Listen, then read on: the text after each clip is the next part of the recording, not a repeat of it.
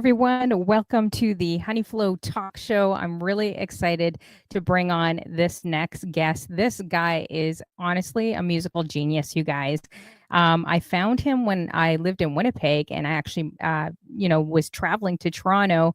Would go to Play the Record, which is a legendary, record vinyl store, basically, a store for music lovers. Play the Record here in Toronto, and I came across his mixtape over 20 years ago, you guys. I spent all day digging up his music, and every time I would fly into Toronto, I would always try to get all of his CDs, like take them all up, buy them all up. So I did. I have CDs, cassettes, and vinyls. I have my whole living room looks like a huge audio store right now because they're everywhere.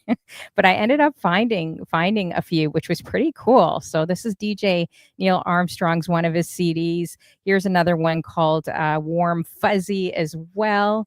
And he was basically the mastermind, I feel, before stems even originated. So imagine piecing music together in different software. And we're going to talk about that and him overlapping it.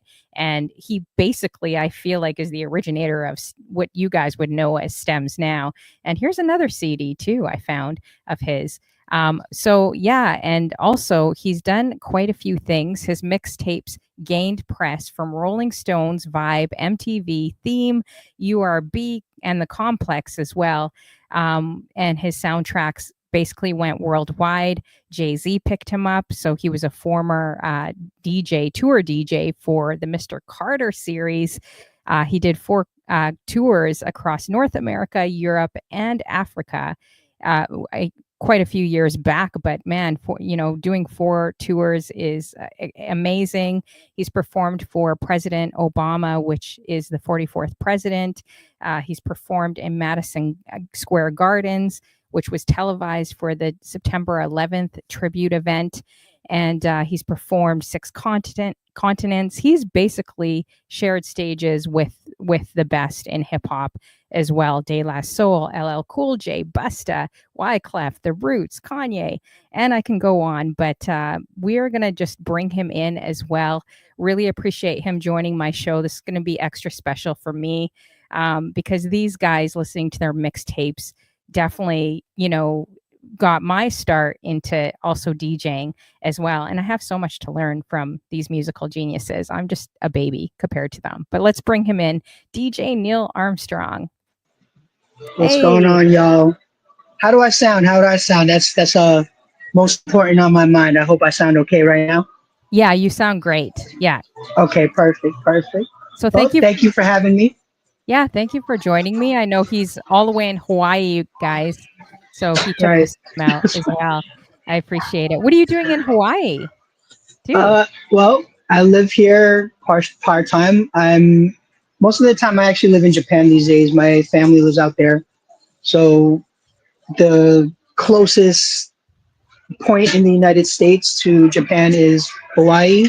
So I recently, last month, moved from New York to Hawaii. So I'm here now. Unfortunately, the timing was a little off. I thought I wouldn't be here. I thought I'd be in New York, but I'm not. I'm actually in Hawaii at Wet n Wild right now. So that's why I got a towel on and my swim goggles. My daughter is here hanging out. There's something called Golden Week in Japan, which is a huge holiday, and they came over. But I got to take time out to, talk to y'all. So let's do this. I really, really appreciate it. And so I was going to say, do you ever miss New York as well? Like moving too? That's a huge... Yes, absolutely. I miss New York a lot, but I go back pretty often, and I'm at a different point in my life already. I hope I don't look it, but I'm 50 years old.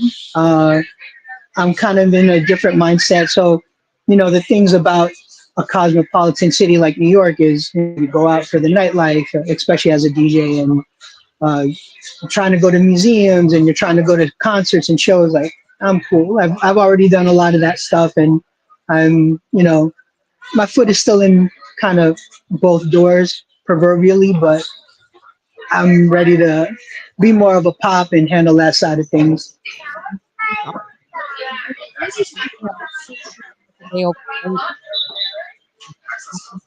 When was your first start? Like, when did you start DJing? How old were you around, and how did you kind of get into it?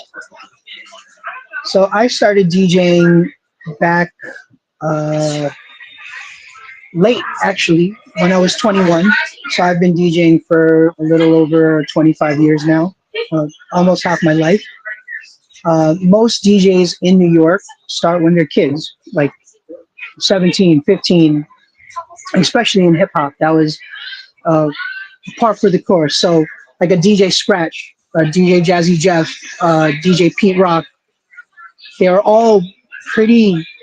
They started when they were teenagers. They were kids when they were huge. You know, not when they started. When they were huge artists, they were kids.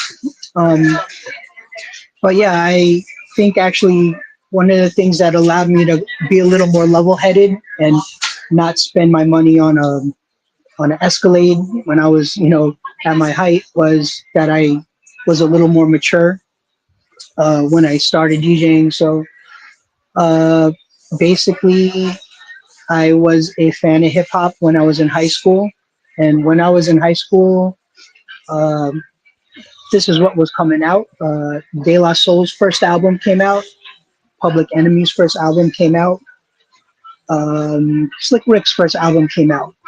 So I literally was at the what is often referred to as a golden era of hip hop.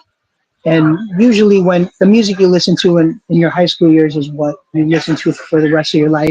And I ended up at some point seeing a DJ battle. In particular, there was a DJ named DJ Shortcut. A lot of your listeners probably know who that is. And he's also a Filipino kid. So seeing this DJ battle where there was like me and Shortcut don't really look alike, but I knew he was Filipino. I could tell. Seeing someone who is from my, ethnic background on stage at a point where the crowd was majority Black and Latino, seeing him was like, yeah, I could do that. I bet I could do that. And my interest in the art form and the culture just grew from there. And you know, somehow I got to do a lot of really cool things as a DJ. Yeah, I saw a video with you and Shortcut saying how much he's inspired you. So I thought that was Sure. extra special too. And a lot of the Filipinos are killing it. Like, I noticed that on Twitch, and just with their turntablism and what they do. I'm like, whoa, like, I'm pretty blown away as well. So would you say that Sure. it's expanding a lot more in your culture too? I don't know if it's expanding. I think because of the aspect of visibility for example, like when I was around, there were a lot of Filipino DJs, but they were not getting hired by Jay-Z to DJ for them. Yeah. Um, I think the fact that there are a lot more of us who have reached, a certain level, a certain upper echelon. So, like, I DJ'd for Jay-Z, DJ Bonix, who's Filipino. He DJs work for Wiz Khalifa. Nudes. I forgot who Nudes DJs for, but either maybe someone in the chat can help me out. I always forget either her or SZA. I forget who she DJs for. I know there's a Filipino DJ out here in Hawaii who once did something for Pharrell. But yeah, there's a lot more visibility now. Um, and I think that does provide opportunity, like we do have this reputation even before me for being amazing DJs. Hubert and all those guys predate me, but they were on the West Coast, right? So it's different being from SF and being on the West Coast as a Filipino DJ. There's just a lot more Filipino DJs involved in the scene. So, like, for example, E-Man out in LA, he's been on the radio forever. DJ Icy Ice has been in the scene forever. As far as I know, in New York, there still isn't any Asian DJs on radio. Wow. There's just like a lot more of a stranglehold. Not in a bad way. That just like most of us in any industry, we get our jobs from the people who are already there. Uh, Yeah. so there's a lot of Latino DJs on the air right now. Obviously, a lot of black DJs, and but yeah, as far as the Asian DJs in that particular part of the DJ culture, I don't think there's anyone. Uh, Again, not on some like gatekeeping thing. It's just that's just life. That's Yeah. how it is. But you know, I've been able to skirt some walls. I DJ for arguably the greatest rapper ever. um, so yeah, it's not quite like some oppressive thing. It's just there's a lot of people out in New York. There's a lot of DJs, and if you happen to be closer to a person who has a job already in at Hot 97 at a Power 105, it's just easier to navigate that way. Yeah. But yeah, yep. Okay. So I was just going to say hi to a few people in the building too. We got Robbie Tolan in the building and Which Slaps, DJ K Immaculate. Good to see you guys. We got Scar in the building, Chino Scar as well. Good to see you guys. Thanks for coming through. So when did you actually start your mixtapes then? Do you remember your first one as well? The Oh first yeah. mixtape you did? Well, the first one that blew up, you showed the second one of it, which is very cool. It's very cool that you still have those in the archives. I actually made those myself. What? So, yeah, I made all of them. I burned them. I packaged them. I did all the marketing. I did all the artwork. Actually, that one in particular, I didn't do the artwork for. I Yeah, had that's one of cool. my friends who I went to art school with me do that series. But I started making mixtapes right around 2001. At the time, it was a wild time in the states and probably the world. You know, 9/11 had just happened, um, and uh, like the internet bubble, like so the bubble crashed. So I've been very fortunate. I used to work for a corporate firm called Credit Suisse First Boston, which oddly enough doesn't exist anymore. They got bought up.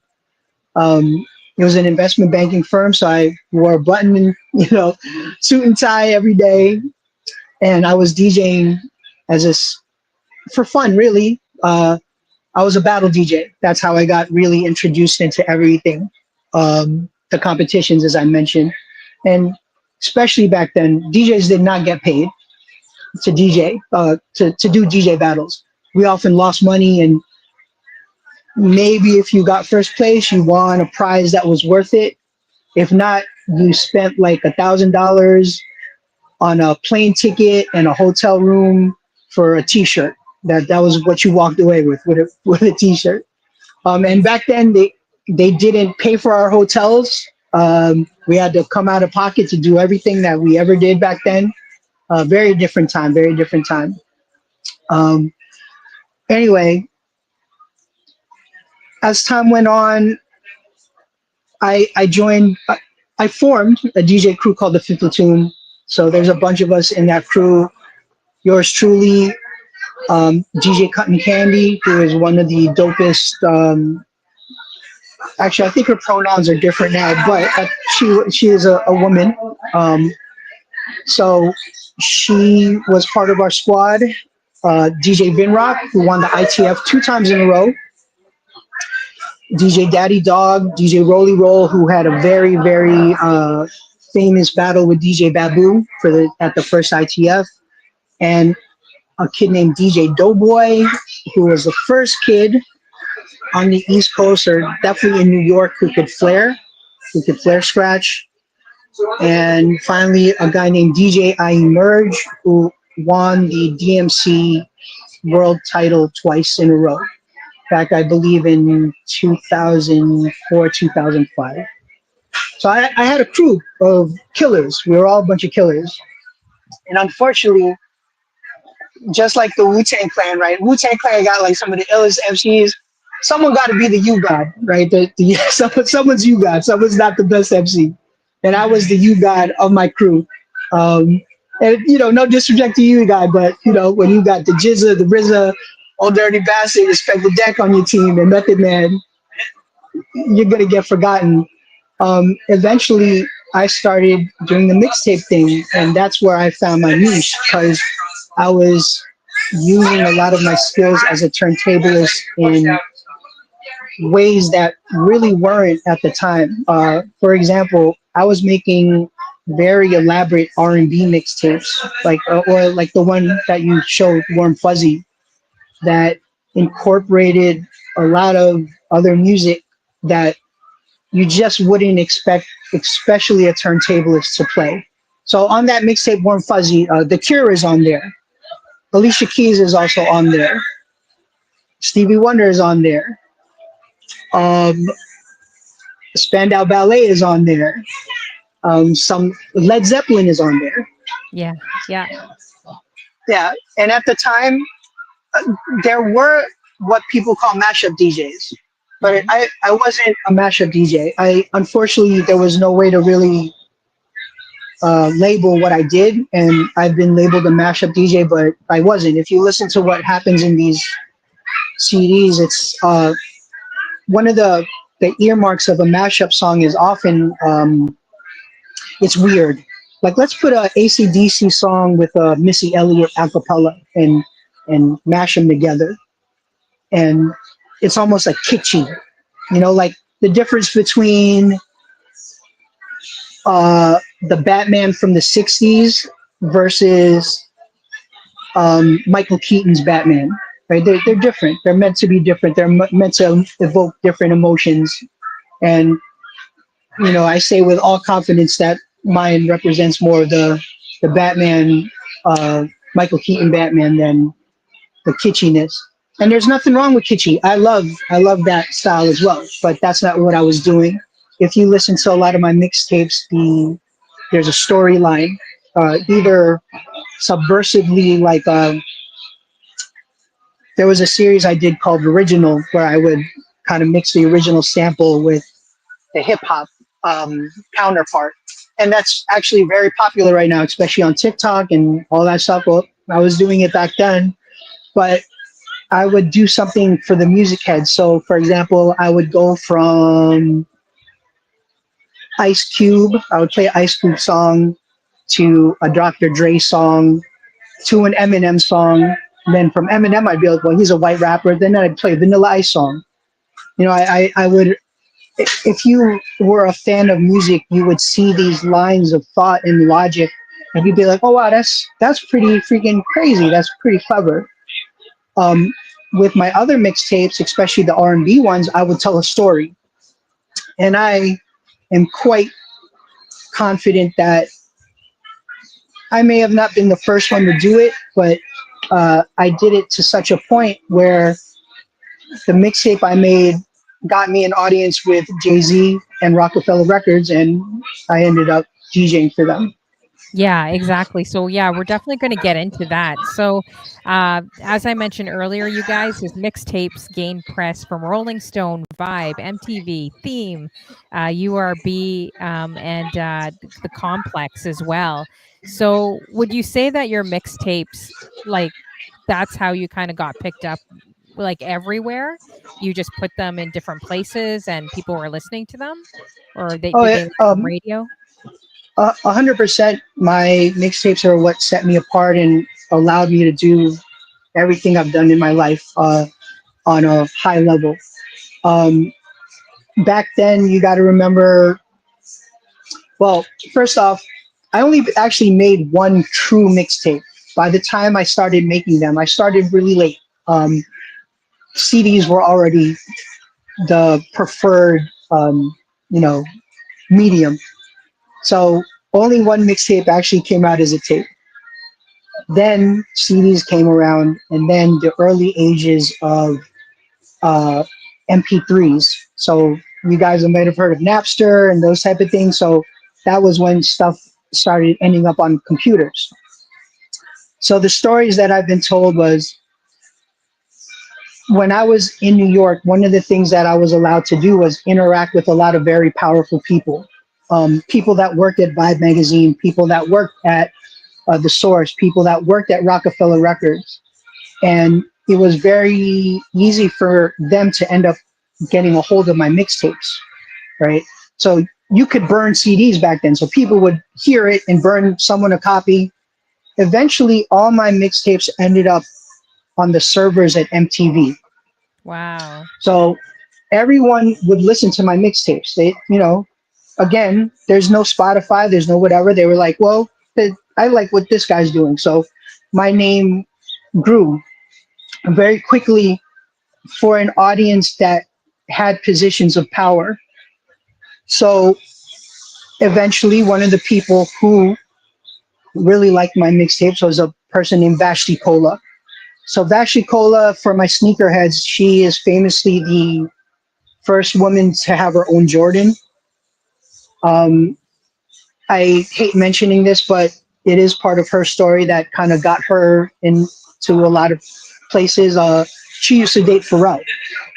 So through her connections with Pharrell, she ends up working at Def Jam when Jay-Z was the president of Def Jam.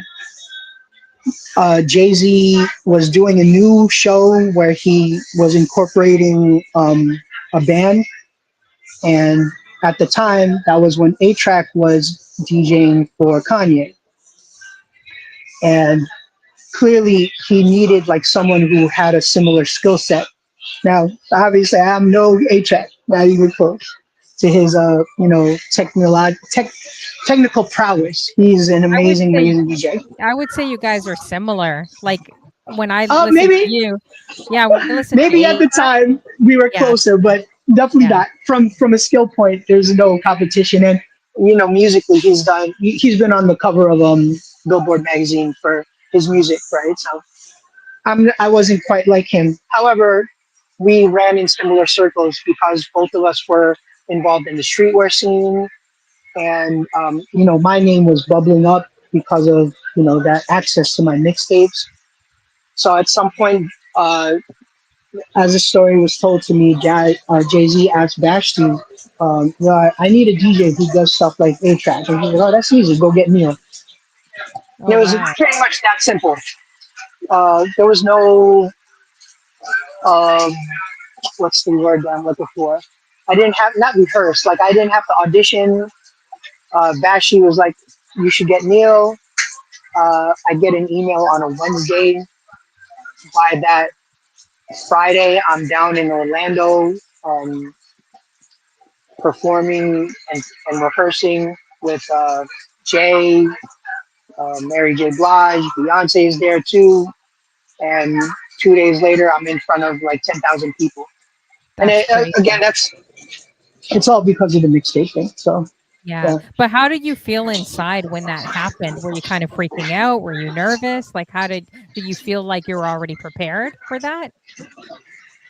Uh, I always would tell people like, unlike a lot of people who are out there partying, I don't drink when I would DJ. I don't smoke weed. I'm pretty straight edge.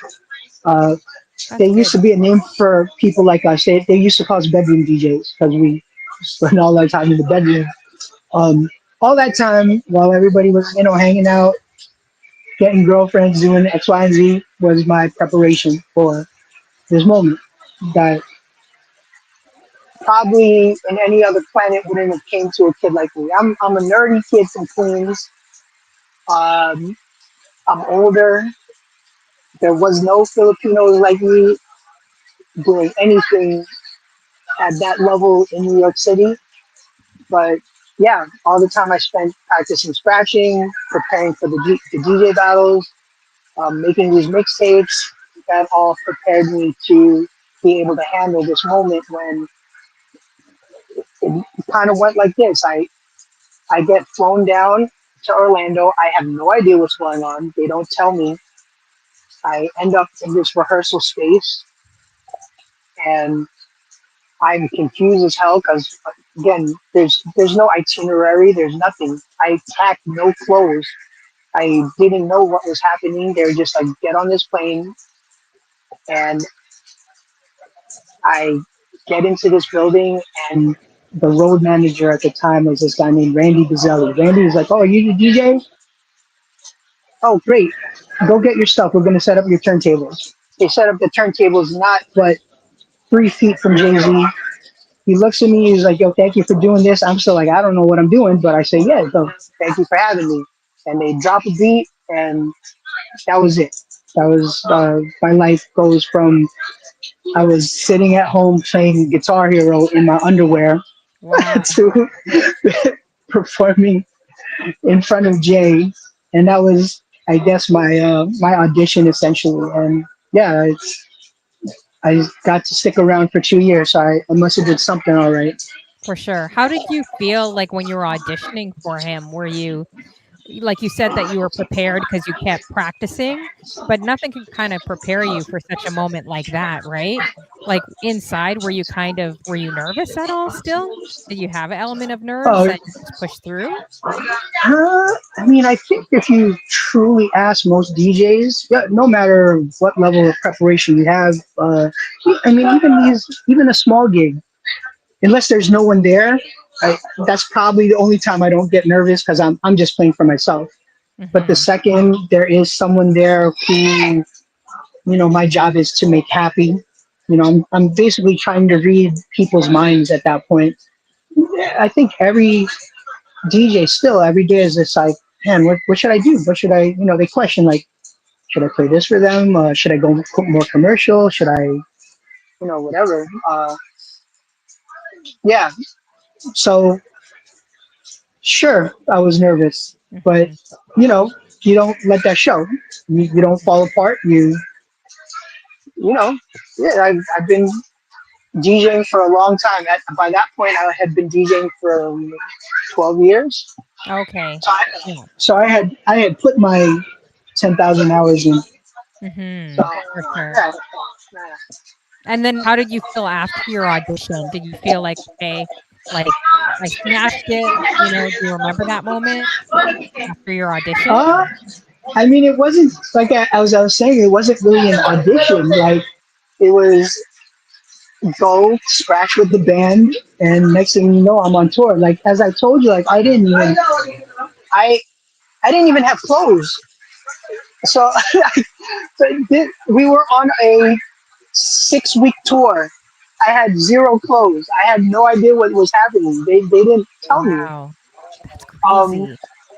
so mostly I was just like, very confused. I was very like, wow. But I always knew this one thing though, which is very,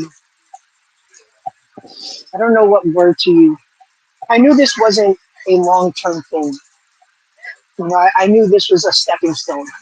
I knew that there were other things that I was going to do and I was meant to do. And, I just got to take it in right now. Um, and like eventually another DJ took over for me, but I was not at a place where I was like, well, oh, this is it. Well, there Mhm. goes my career. Yeah. Right after that, I start DJing for Adidas. I end up DJing for the NBA. After that is when I went to Africa as a solo, like as Neil Armstrong as a solo gig. After that is when I went to India as a headliner. It wasn't when I was with Jay, it was after I got to do some of the crazier things. And I think people who do this properly at least kind of understand, like, I kind of remember having a very naive viewpoint when A-Track was DJing for Kanye. I don't know if a lot of you are aware of this, but A-Track left Kanye. Oh, He left. He wasn't fired. He didn't like. He could have DJed for Kanye in perpetuity for the rest of his life if he wanted to. But what he wanted to do was start a record label, right? So that's when he starts Fool's Gold with Nick Hatchard. And I remember thinking at the time, like, why would you do that? Why you got it made? You're working with Kanye, like you're good, you're golden. And he's, no, I want to make music. I want to headline. I want to make my own tours. I want to make my own shows. And look at how far A-Track has gone in comparison to if he had just been like, well, I'm good. My life is set. He post Kanye. He put out Kid Cudi's first big single, Day and Night. He produced with Armin van Helden as Duck Sauce, Barbra Streisand. He's won a Grammy, I'm pretty sure. He's been on the cover of Billboard magazine, not as Kanye's DJ, but as A-Track. Yeah. You know? And again, before I was in a similar position to A-Track, I thought I'd be totally fine. Like, oh yeah, right, all right, I'm sorry, that A-Track had reached a pinnacle, and that's not the case. So Hmm. Jay-Z, even though I was working with someone of Jay-Z's caliber, who still at the time was uh, one of the greatest rappers alive, um, he wasn't a billionaire yet, but he was already one of the greatest rappers alive. I knew this was just a stepping stone to do something else afterwards. Yeah, for sure. And 4 terms is, like, really great, to be able to do 4, tours. So, across North America, Europe, and Africa. Was there anything in those shows that were most memorable to you, like opening up and basically being his main Jay-Z's, tour DJ? Was there anything that you remember? Any moments where you're like, "Wow, this is such a memorable show?" Oh, I mean, we did a couple of like one of the biggest ones was Glastonbury. I don't know if you guys have seen it, but well, and unfortunately, I can't see the chat right now because I'm doing this via my phone. I don't want there to be any echo situations. So if you guys have any questions or anything, or writing any comments, I don't see your chat. So Yeah, unfortunately, I maybe can see you them. could tell me. Yeah, I'll Seriously. definitely tell you. Yeah. So yeah, one of the biggest shows we did was something called Glastonbury, and historically Glastonbury was a rock festival. This was the first time that a hip hop act did it, and one of the Gallagher brothers from Oasis made us a big stink about it, and that's why we opened the set with an Oasis song, a tongue in cheek like thing, because you know hip hop is viable. Hip hop is clearly one of the greatest art forms. But yeah, even at that time, back in 2012, I guess, yeah, hip hop was still being questioned, Mhm. if you I could believe remember it. I remember that. Yeah. So that was pretty cool. I think we performed in front of at least 120,000 people. It's hard to actually know who was watching us, but between 120 and 150,000 people, somewhere in between that. So as a comparison, for a concert, Madison Square Garden only holds about 10,000. So Oh, 12 wow. times as many. Mhm. I also got to perform at Madison Square Garden, which possibly is the only like quote unquote dream I ever had. I often would drive by Madison Square Garden, and when I got into music, I was like, man, how crazy would it be to perform at the Garden? And I've performed there 6 times with Jay, so that was pretty cool.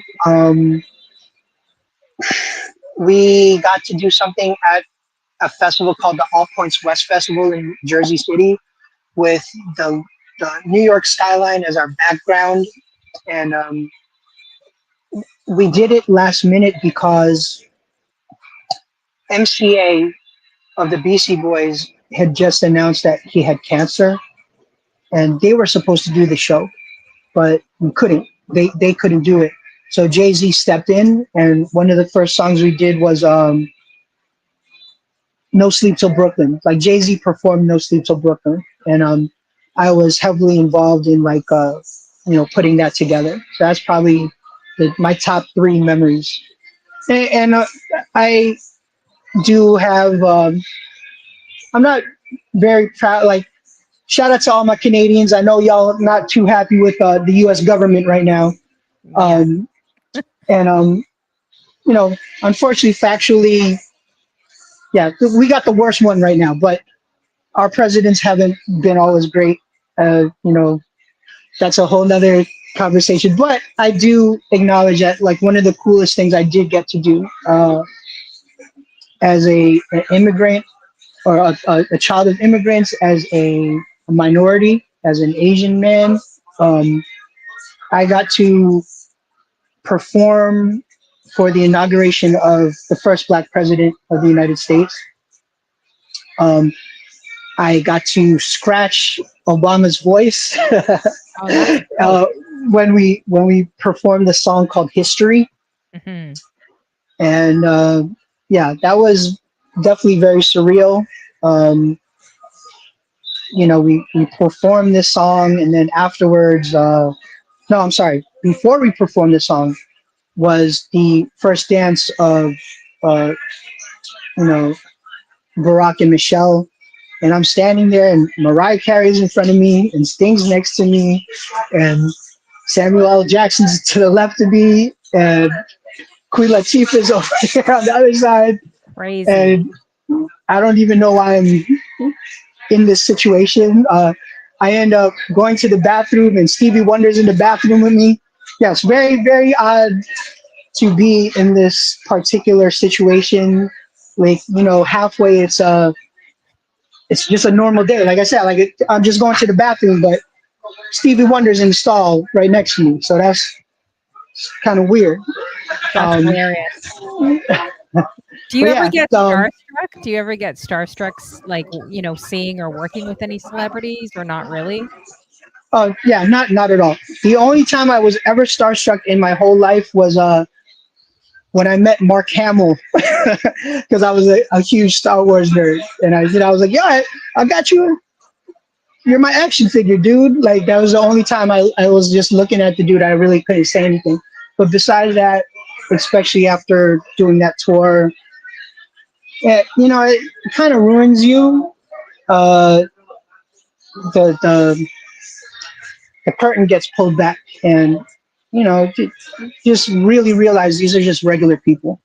Yeah, With I flaws. everyone in life is, right? Whether you're successful or not, everyone is just regular people. Everyone has the same insecurities, whether they fake it or make it. Everyone is very human, right?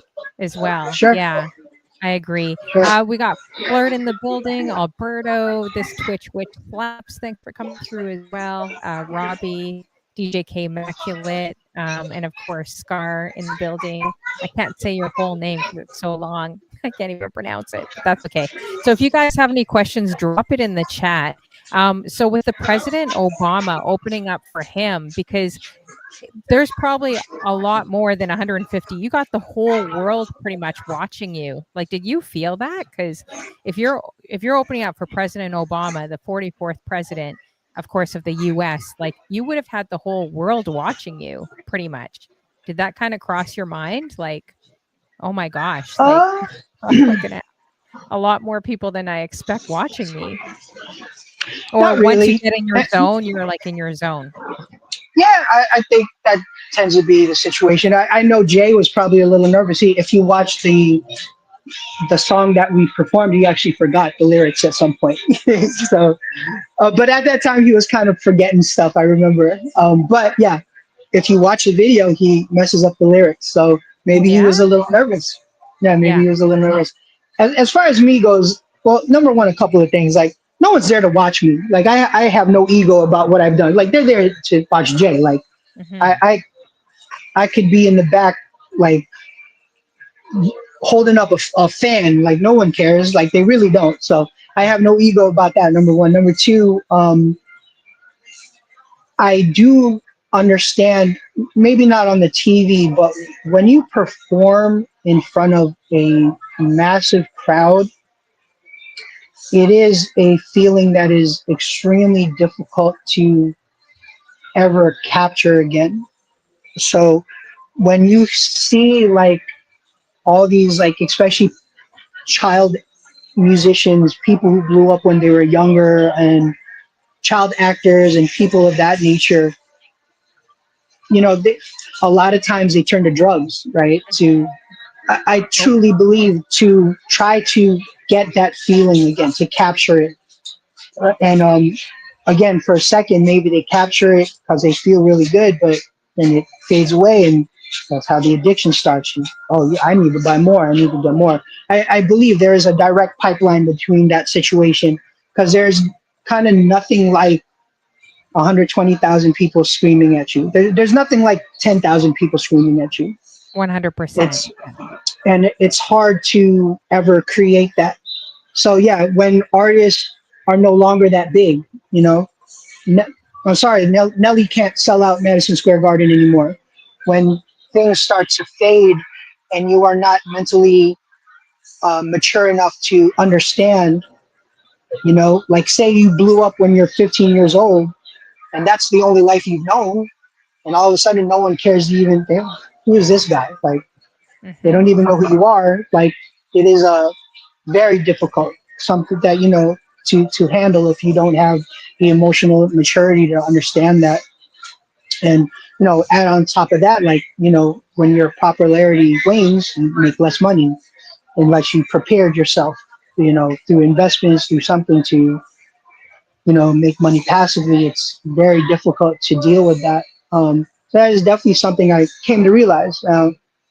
When I was with Jay, I was already like 35, and to a lot of y'all, that's like, damn, you might as well be dead at that point. But now being 50, 35 is still being a young man. But I was working with people who were like 25, who were 20, and yeah, that day when all of a sudden you're not getting called anymore to be their drummer for the bands, and you're not in vogue. It's a tough pill to swallow. Um, I Again, I was lucky. I didn't really have those issues, and I was a lot more grounded, and I was able to navigate the storm a lot better. Yeah, that's awesome. Yeah, you sound very grounded and down to earth. That's awesome. Like, you're probably one of the first DJ I've met that does not like, intake drugs, alcohol, none of that. I don't do that like going out at all too. I just stick mostly with water. Like not drinking on the job or anything. But people always think you're very peculiar, or they kind of make fun of it or laugh at it. Have you gotten that over the years? Because if you're not doing any of uh, that, it's like you stand out a little bit to be a bit different.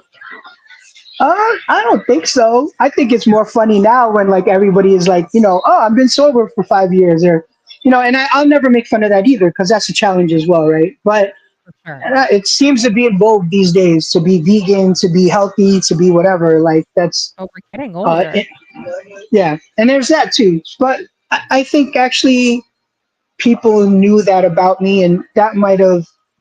I, I wouldn't be surprised if that did help me along the way because people knew I was reliable. So, Hmm. they were like, well, I have heard of DJs who were constantly late or getting drunk or doing X, Y, and Z, and you don't have to worry about that with Neil. So yeah, let's just get Neil. He's a lot less, lot lower, lot less high maintenance. So, Yeah, for sure. um, but yeah, I honestly, we are in a different time now, where I think people are healthier, especially right now. I don't know how it is in Canada, but I do know in the United States, a lot of people are a lot more aware of what's happening in the world. So they Hmm. don't really want to stand on a couch popping bottles anymore. Like Yeah. their mind is different. And factually, mofos is broke right now. Hmm. The people who just came out of college, 20 to 30-year-olds who are the ones who are supposed to be in the clubs, they're broke. Like, Hmm. so their money is going to different things. That's not necessarily what kids, their whole goal isn't like, yo, let's just get wasted on a Friday night. This is going to be great. People want more experiential, uh, you know, situations. So yeah, Yeah. I've never had to really deal with that. You know, That's good. That's really good. And you kind of mentioned with celebrities turning to different things, right? I kind of wonder if it's because you go through highs and lows. So, for example, when you're on stage, you have like this ultimate high. And as a DJ, all of a sudden you're in your car, like by yourself or packing up equipment, you're by yourself and it's like instant. So, I feel like for me, I've realized like even if I do a wedding or a corporate event, it's hard to bring that high. Like it's hard to bring it gradually down because you're like this, your energy, your adrenaline, right? So do you think that sure. could maybe have a tie? I don't know if you've ever felt like that where it's been like a total high and then you're by yourself or you're in like an empty room or a dark room just packing up your cords or whatever it is and it's hard to bring it down because you're thinking of the event and the high energy and everything, the adrenaline. Like, have you ever had that kind of happen with you?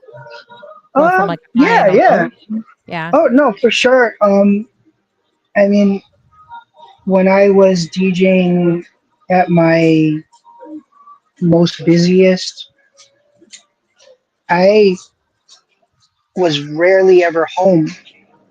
So my ability to create normal relationships was it was almost impossible. Dating is extremely difficult. Mhm. Um, you know, how are you supposed to like meet someone and spend time with them? Hey, look, you want to go to a movie? I can't. I'm going to be in Korea for a couple of Yeah, days. that's Right? true. It just Yep. doesn't work that way. Mhm. So yeah, DJing can be very difficult, especially if you are at a certain level of success. So yeah, I can imagine there's some DJs who imbibe in extracurricular activities to kind of balance themselves out. Um, Mhm. but yeah, I mean that wasn't really an issue with me too much. Um, Yeah, that's good. yeah, Yeah.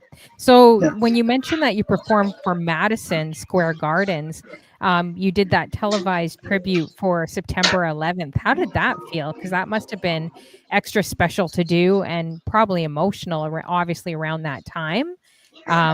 What was that feeling like when you did that tribute on TV? Oh, I mean that was amazing. Um, to get to do that particular show. Um, and yeah, like I do make a bunch of appearances. Probably that was one of the shows where there's a lot of existing footage of me. So a couple of things. There was like when I was touring with Jay, there was no like Instagram yet, no TikTok, no video really. Video wasn't part of Instagram. It was just pictures, still pictures. So there's not a lot of footage that I have personally of me on stage. So it's always nice to be able to see that stuff documented somewhere. Yeah. Um, but yeah, it was amazing. Um, you know, I do remember having to think on my feet.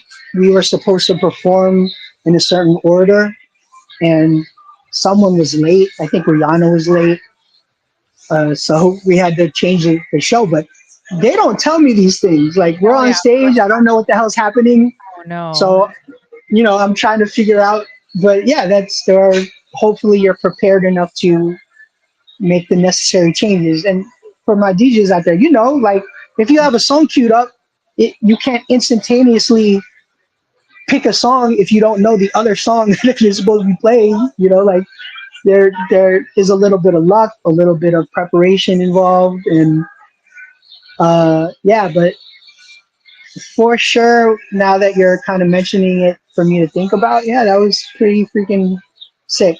But Yeah. on top of that though, it was a so this is what it was like when I was on tour. So we do Madison Square Garden uh, with who was on stage at that time. You know what? I might be mixing up two different shows, but for sure after we do that show, we fly. Yes, I think this is the order. Someone can look up and verify this, or I'll verify it later, baby. We do the Madison Square Garden show. Immediately, we jump on a private plane and we fly to Leeds, which is in the UK, and we performed with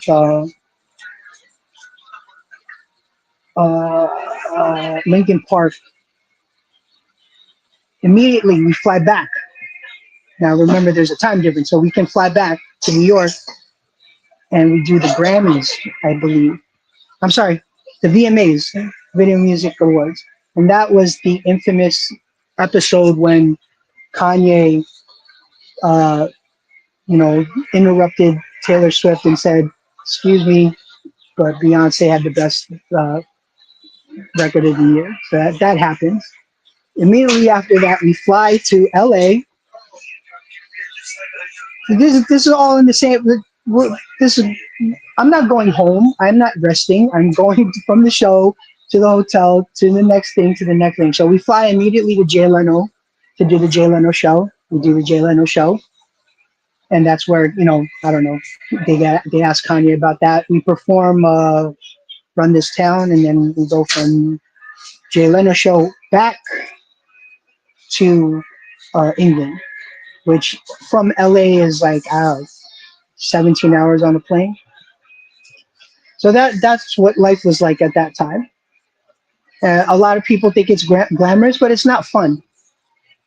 And if you have a wife or a girlfriend or a kid, sucks to be you. You're not talking to them. You're not hanging out with them. For So sure. yeah, it was a wild life for a little bit. So while some people be like, man, I would do this forever. No, you wouldn't. Eventually, you're gonna be like, I don't want to do this no more. Hmm. For sure. No, it's so true. Thank you so much, Jonah. DJ Jonah for the gifted sub, resub, and also this Twitch slaps. Thank you for the 100 bits. I appreciate it. If you guys have any questions, definitely drop them in the chat. Looks like we're close to the hype train, guys. Thanks for coming through. Appreciate it. And we're sitting here with the legendary DJ Armstrong, as I keep saying. I would buy up all his CDs here. So I'm definitely going to check them out. These are the CDs that pretty much, mixtapes that got him a lot of opportunities, across the world as well. So as I mentioned earlier, he shared stages with De La Soul, LL Cool J, Busta, Wyclef, The Roots, Kanye. Now I'm just curious, was there anyone that you worked with that was like a little bit more higher maintenance or a little bit harder, to kind of navigate or work with Oh, at all? I mean, harder than Jay? No, No? definitely not. Yeah, because every artist could be a perfectionist. Like, I could imagine Kanye being such a perfectionist, Jay-Z, like a lot of these guys, any artist is, every DJ is too, right? So I'm just wondering if there was times where they're like, "No, I don't really want it that way," or maybe this, or like anything like that happened to you? No. Or they just Well, gave you free reign? the other things I've done were in a different capacity. Like when I was working with Jay, I was involved in the show and doing that type of thing. The other stuff, we would be on stage together, but I'd be DJing either in the background or really as like an opening DJ. Mhm. Like so we weren't interacting in that way. A couple of cool things we've done though, or I've gotten to do early on when I was doing all the turntablist stuff. Like again, like being in New York allowed access that like in Winnipeg, there's no reasonable expectation that you're gonna go to a store and Q-tip would be there, right? That's not Yeah, that's not something that would never happen. happened. Yeah, Yes, in New York that could happen. In New York, 100%, you could just be at a store and Q-tip would be there, or that's and crazy. that's happened to me. And again, like your access is different. I have been in the bathroom with Stevie Wonder, but the first time I was ever in the bathroom with someone, I was like, "Wow, I don't believe I'm in the bathroom with this dude." Like Five Dog. Like I went to a show and Fife was in the bathroom right next to me. I was like, "Oh shit, that's fucking Fife." Um, I'd be afraid to uh, go to the bathroom. I'm like, "Oh man, there's Five Dog right beside me," or Steve Wonder. That's so so funny. with that being said, like I would when I started bubbling up as a DJ, I remember one of the earlier shows we did. This is at this point I had only been DJing for like 2 years. I don't know, like we did a show, and back then a lot of subgenres would do shows together. So the drum and bass scene would do shows with turntablists. Um, they would also do hip shows with hip hop artists. And in this particular gig, Bismarcky was on the bill with us.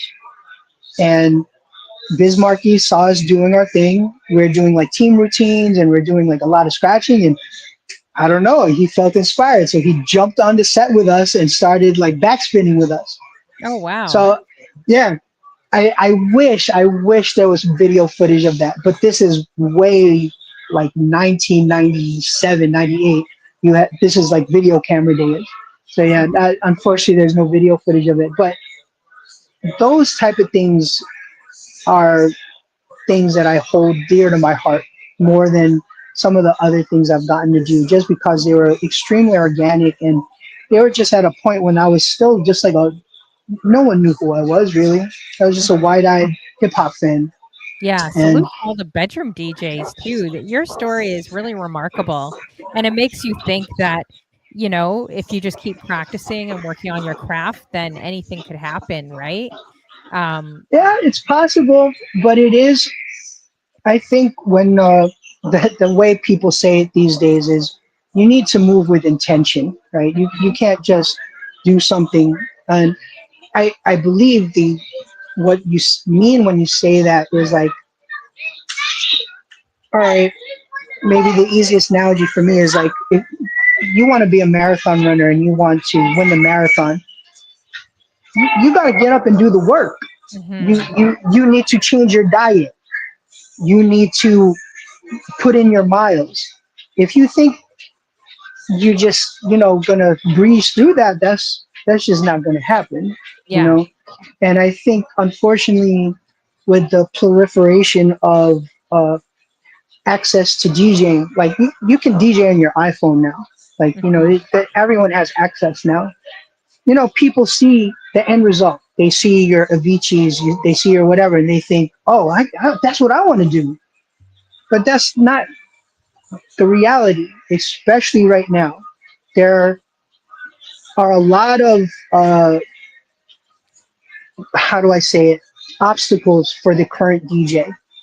Number one, like when I used to DJ and make $300 a night or some bullshit ass amount of money, to me that's not great, right? mhm, With the preparation we used to have to do, the amount of records we used to have to buy, blah blah blah. That's not good money.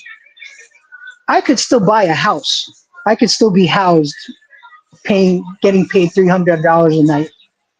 There's no way you guys can do that now, unless you have a roommate, and maybe when you're 20, when you're 18, 20, 25, that's something you might want to do. But by the time you're 30 and you're still living like that, that isn't always what people want.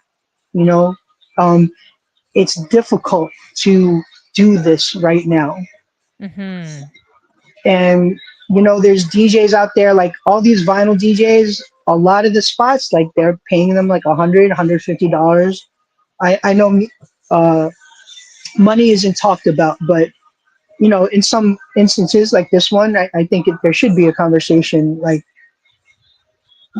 one of the unfortunate industries where money has not grown, like, when I used to do my gigs when I was 15, I'm sorry, when I was 21, 20 years ago, I would get $150 to DJ, $100 yeah, to DJ. mhm, In some markets, they're still getting $100 to DJ. yeah, it's crazy. And that's 25 years later. That's Yeah, unfair. That's yeah, not right. And it sucks because unfortunately, DJs are one of the groups that isn't unionized. So we can't mhm, fight collectively for a better wage. And we're often fighting amongst ourselves, like sure, the reason why they can get away with that is because, well, if we want $200, there's some other DJ who'll do it for 100. yeah, So exactly. Yeah, so Or it's very people want you to difficult. do it for free. They're just like, "Oh, come on, you Oh can yeah, get there's exposure," that too. or "Come on." Like, I just had the other day this guy, which was it really irritated me actually, but this guy was like, "Oh, why don't you just come over to my condo and we'll stream together and I'll" kind of basically like I need to audition for him to do a salsa Mm, club, and I'm like, "No, I'm not coming over to your condo. I don't even know you." And then he's like, right, "Well, then I'll just come over to your place." And he's like, he just thought I was crazy. He's just like, "Well, we have the equipment at our places." I'm like, "Dude, I met you off Instagram. No, I'm not audition. You're not my road manager. Leave me alone." It yeah, was so and that frustrating. Like, yeah, and that sounds extremely shady. That just yeah. sounds very, very shady. But he just And thought I was crazy. He thought I was like overreacting. I'm like, how am I not overreacting? You're not my road manager. Like, I'm not asking you to hire me. He's like, right, "Well, I need to see how you mix. I need to see how you do things." I'm like, and then he's like, "I have a nice condo." I'm like, "I don't care," you know. right, yeah. But No, you get weird things I'm like that being a female DJ. oh, You 100%. Yeah, People. I. It's very unfortunate. You never know when someone is genuinely uh, there for you or they're there for ulterior motives, for sure. especially for female DJs, and it sucks. And I had a female DJ in my crew, and you know, it's an interesting double-edged sword, and it sucks. It really sucks. One of the things, though, at her time, because there were so few female DJs, Mhm. it she there were opportunities for her that because like if you're doing like a women's marathon, sure, she makes sense to do to hire, and she would do a lot of events. And oddly enough, I don't know if there was a synergy. She ended up doing a lot of she's like an activist. She's very strong in the activist movement, Oh, and nice. you know, I bet partially because she had to deal with a lot of like BS like that, right? Yeah. Is she that Filipino DJ on your page? I think I saw one on Yeah, your yeah. Instagram. I can't Her name remember is. her name. Oh no, that was probably DJ Blessed, who's a Oh, very very ill uh, vinyl DJ. yeah, Cutting Candy isn't really in the scene anymore. She's kind of moved on. okay. You know, yeah, yeah. But I Nice. promise you, a lot of the when she was competing, Mhm. she she was in a USA finals. The finalists were Shortcut, DJ Dummy, Swift Rock. I'd like to say Craze might have even been a finalist that year, but my memory's kind of trash. But she is competing against these titans, Oh, and I wow. promise you, if she wasn't around, I don't know. I'm I guarantee money that she inspired, some little girl out there being like, "Wow, I could do that too." I promise you. Yeah. Yeah. And speaking of that, you seem so like such an amazing father to your daughter too. I saw a lot of posts with your daughter and that seemed extra special. I So I'm appreciate assuming that. obviously you support so much like family. You seem very family oriented, you know? So Yeah, yeah, very much so. I'm very happy to be a pop. It is tough though.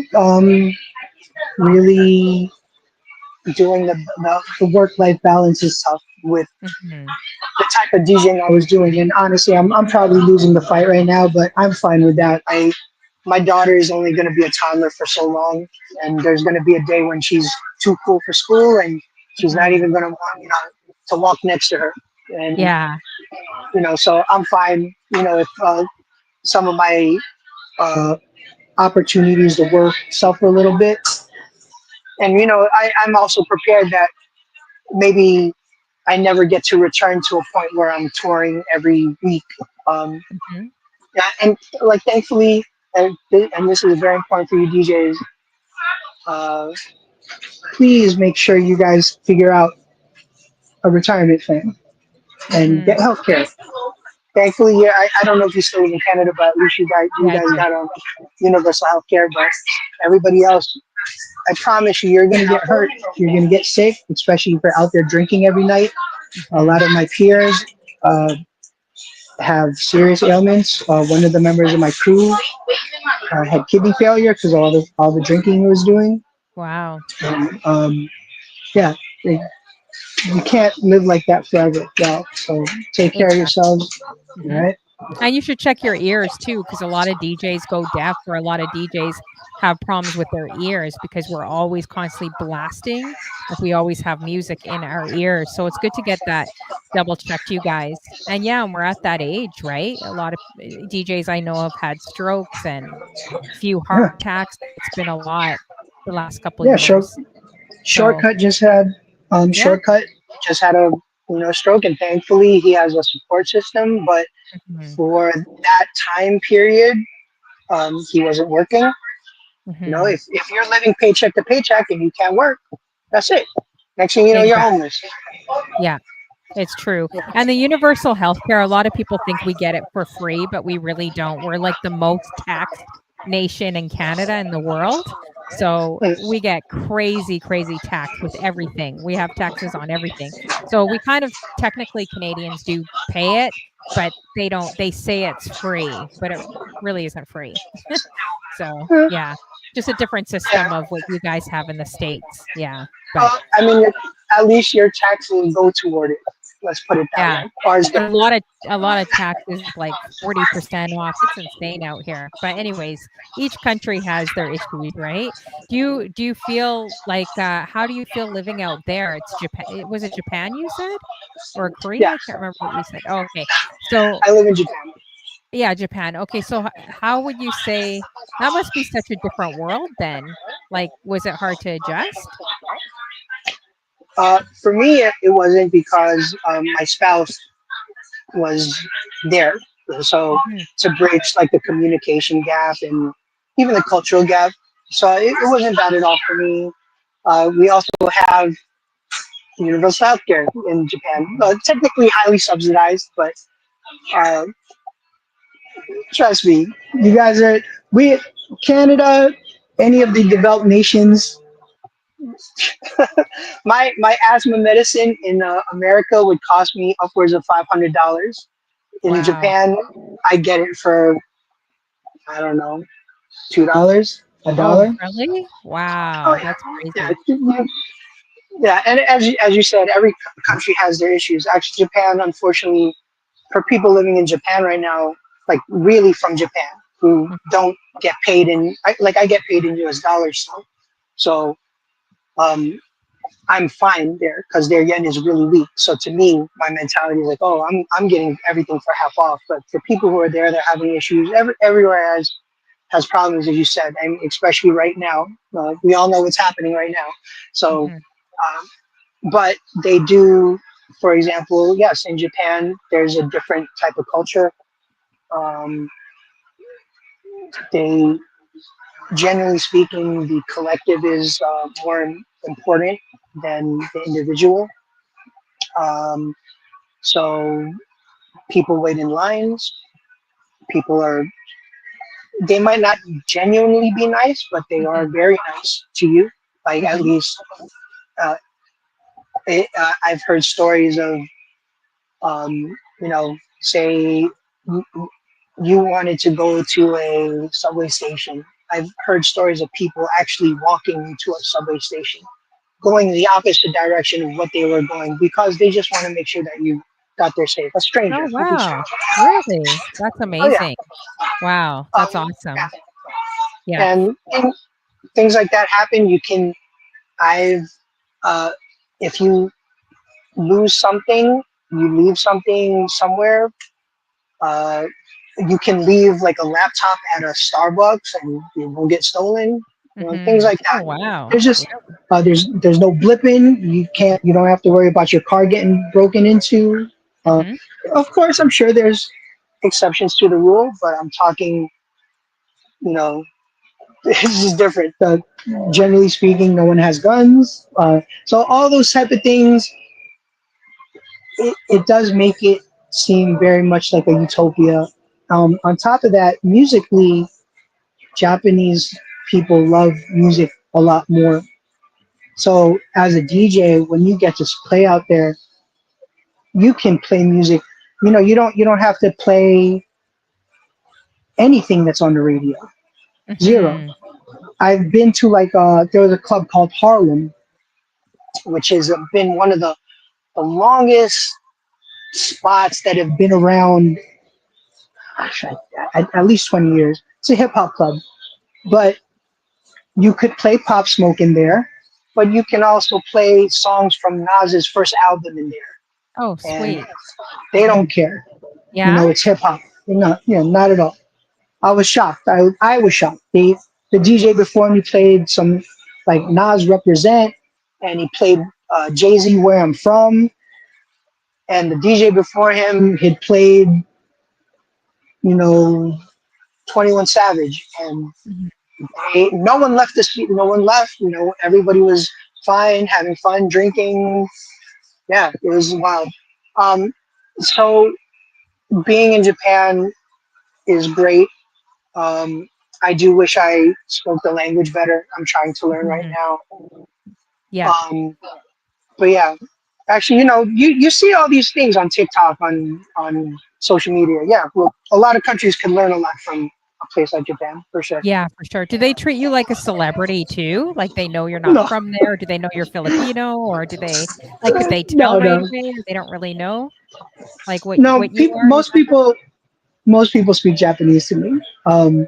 They're the only way that people can tell usually is if they're young. I don't dress like a Japanese kid. I dress like a Japanese people. Generally speaking, are very fashionable, Mhm. um, across the board, and I'm just a t-shirt and a hoodie type dude and Mhm. shorts. Like they don't wear shorts out there. Uh, Oh. yeah, because it's not stylish. Like unless they are stylish shorts, but no, they wear. Yeah, it's really rare. They, I'd be surprised if I ever saw a Japanese person wearing jorts, like jean shorts, or cargo shorts. I just don't see it happening. Um, Interesting. but, but besides that, yeah, like you know, I when I, especially if I have to wear a mask because I'm sick. Mhm. Yeah, they can't tell that I'm not Japanese. Oh, Only okay. only when I start talking, they're like, "Oh yeah, no, this is a gaijin. This is a foreigner." Um, Yeah, exactly. but yeah, Nice. I We got you know, mhm. yeah, but Yeah. Okay. Awesome. We got Ches the Legend in the building, Clarky, of course, Witch Slaps, DJ P Sub came through, DJ J Jonah came through as well, DJ Mercy. Make sure everyone in the room is adding these DJs, but also make sure you guys are adding DJ Mercy. We're doing a female raid tomorrow, guys, a bunch of us. So she is, kind of kickstarting and started this raid train. DJ Mercy, feel free to, if you're still in the room, feel free to drop the details of the raid for tomorrow as well. So it's going to be dope. A lot of awesome female DJs on there for tomorrow. Now, I wanted to play one of DJ Neil Armstrong's clips. It's about 5 minutes long, but I really liked it and thought it was timely to play it. So we'll get into this. And actually, where is this clip from? Were you getting interviewed from somewhere else, I believe? The clip I sent you. uh, I don't know if you had a chance to the check it. my motto, right? It was the my motto one. Mhm. I think that was done at my crib in Jersey City when I used to live in Jersey City. Um, Oh, I liked it. but I'm not sure, to be honest. My memory is hot trash. Okay. Um, No problem. but yeah, let's watch it and then I'll tell you any Yeah, questions you have. exactly. Then we're gonna get into it, guys. And he's got like a cool he's got like a whole room or storage space filled with vinyls. So we're gonna talk about that too. But let's get into the clip and I hope you guys enjoy it.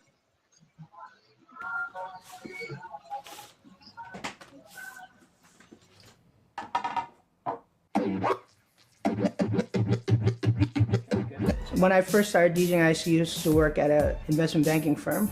There just came a point in around 2000 where I was given kind of a crossroads. Either I continue down this path or I pursue DJing, and I chose DJing and never looked back. Hey Mix TV, what's going on? This is my crib. My name is DJ Neilarmstrong. I've been DJing now for 23 years, born and raised in New York City. Among other things, I was once one of Jay-Z's tour DJs from 2008 to 2010.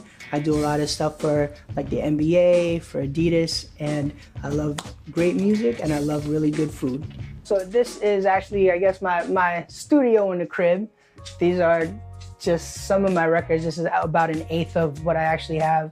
I keep a lot of it in storage. I just love all types of music. You know, everything from John Coltrane to Elvis Costello.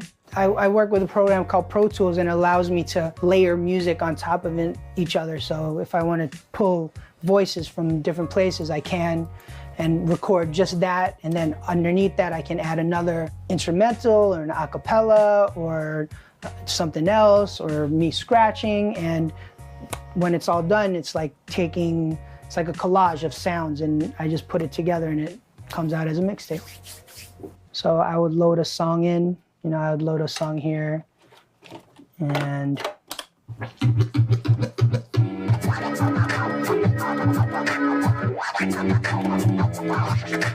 that's one of the interesting things about what I do. Like, technically, it's all illegal.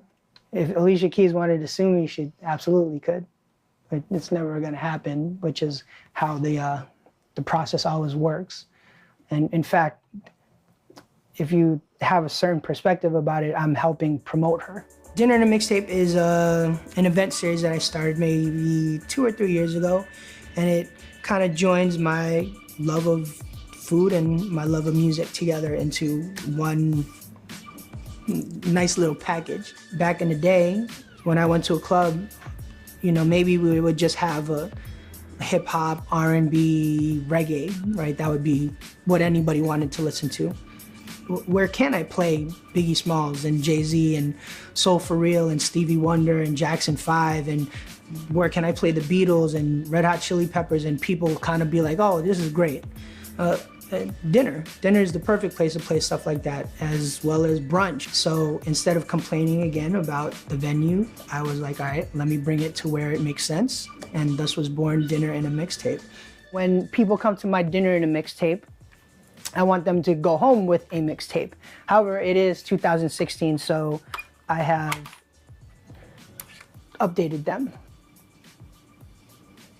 So it has the nostalgic feel of, you know, that I'm giving a mixtape to somebody, but updated for modern times. My life seems to be entirely encompassed with music, food, and these animals that I love very much. So back last year, I had a dog named Poe the dog. Unfortunately, he passed away last February, but his story was he was a senior dog, age 15, and we had found out that he had kidney failure, and he was given days to live, according to our vet. And we pretty much decided, all right, we're gonna drop everything. If we only have a couple of days left with this guy, we had this goal of getting out to the West Coast so that Poe could swim in the Pacific Ocean for the first time. And we did that, plus a whole lot more, because those supposed days of life ended up being almost a year. The way that we're trying to keep his legacy alive and to you know, keep people informed is by creating something called the Poe Fund. The Poe Fund is meant to be a way for parents of these type of animals to have a way to give them this type of care. I guess my motto would be, never do it just for the money. Do it because you love it, like sincerely, and no matter what, you're just not gonna fail.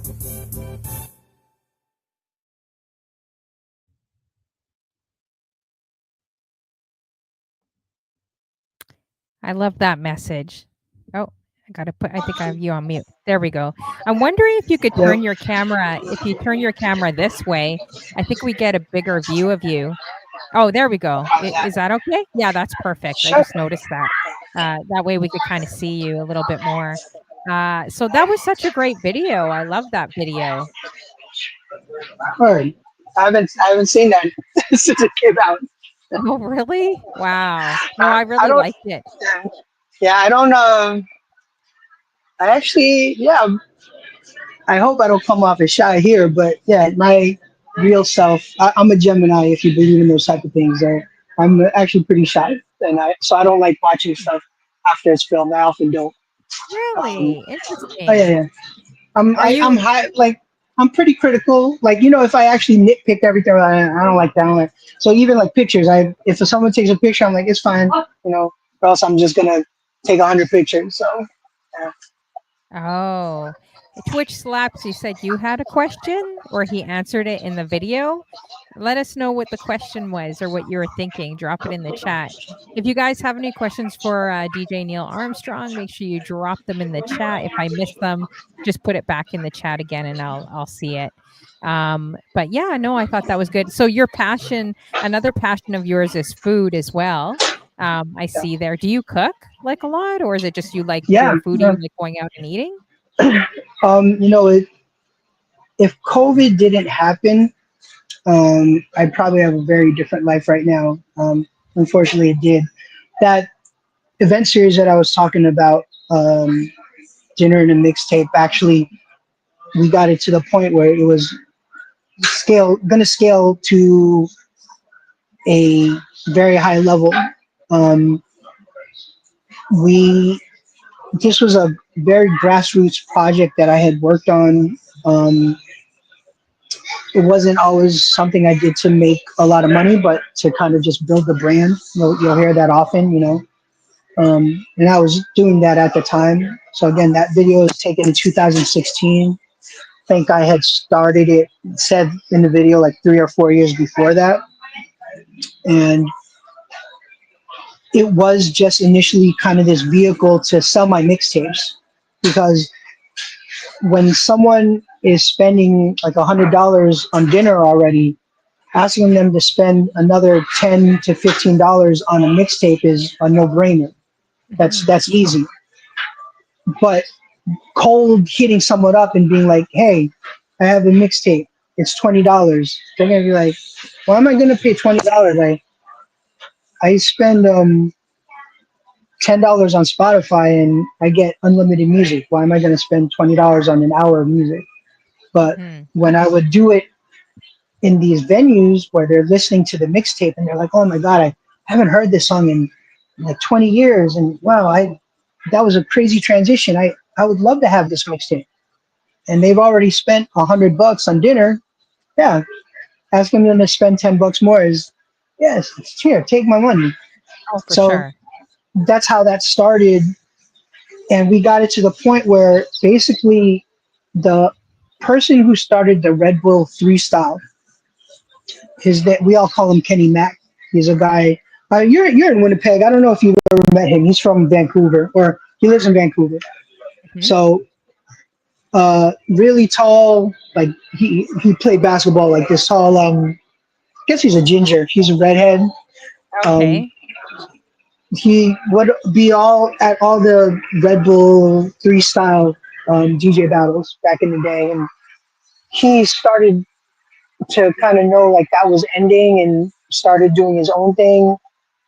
And we got our alcohol sponsor at the time was Remy Martin, and they were going to kind of do what my version of this dinner and a mixtape event, but like how they had like a Red Bull battle in Toronto, they have a Red Bull battle in Taiwan, they have a Red Bull battle in whatever. Like Yeah. we were gonna do dinner and a mixtape Toronto, dinner and a mixtape LA, dinner and a mixtape blah blah blah, and dinner mixtape Paris, and it was all set, it was all ready to go, and then COVID hit, and Ah, like with a snap of a finger, everything just died because half the people more than half, what am I saying?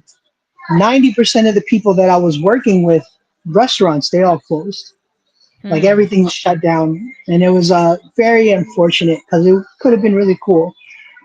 As you see these days, uh, brunch, DJ events, music events, they're a dime a dozen.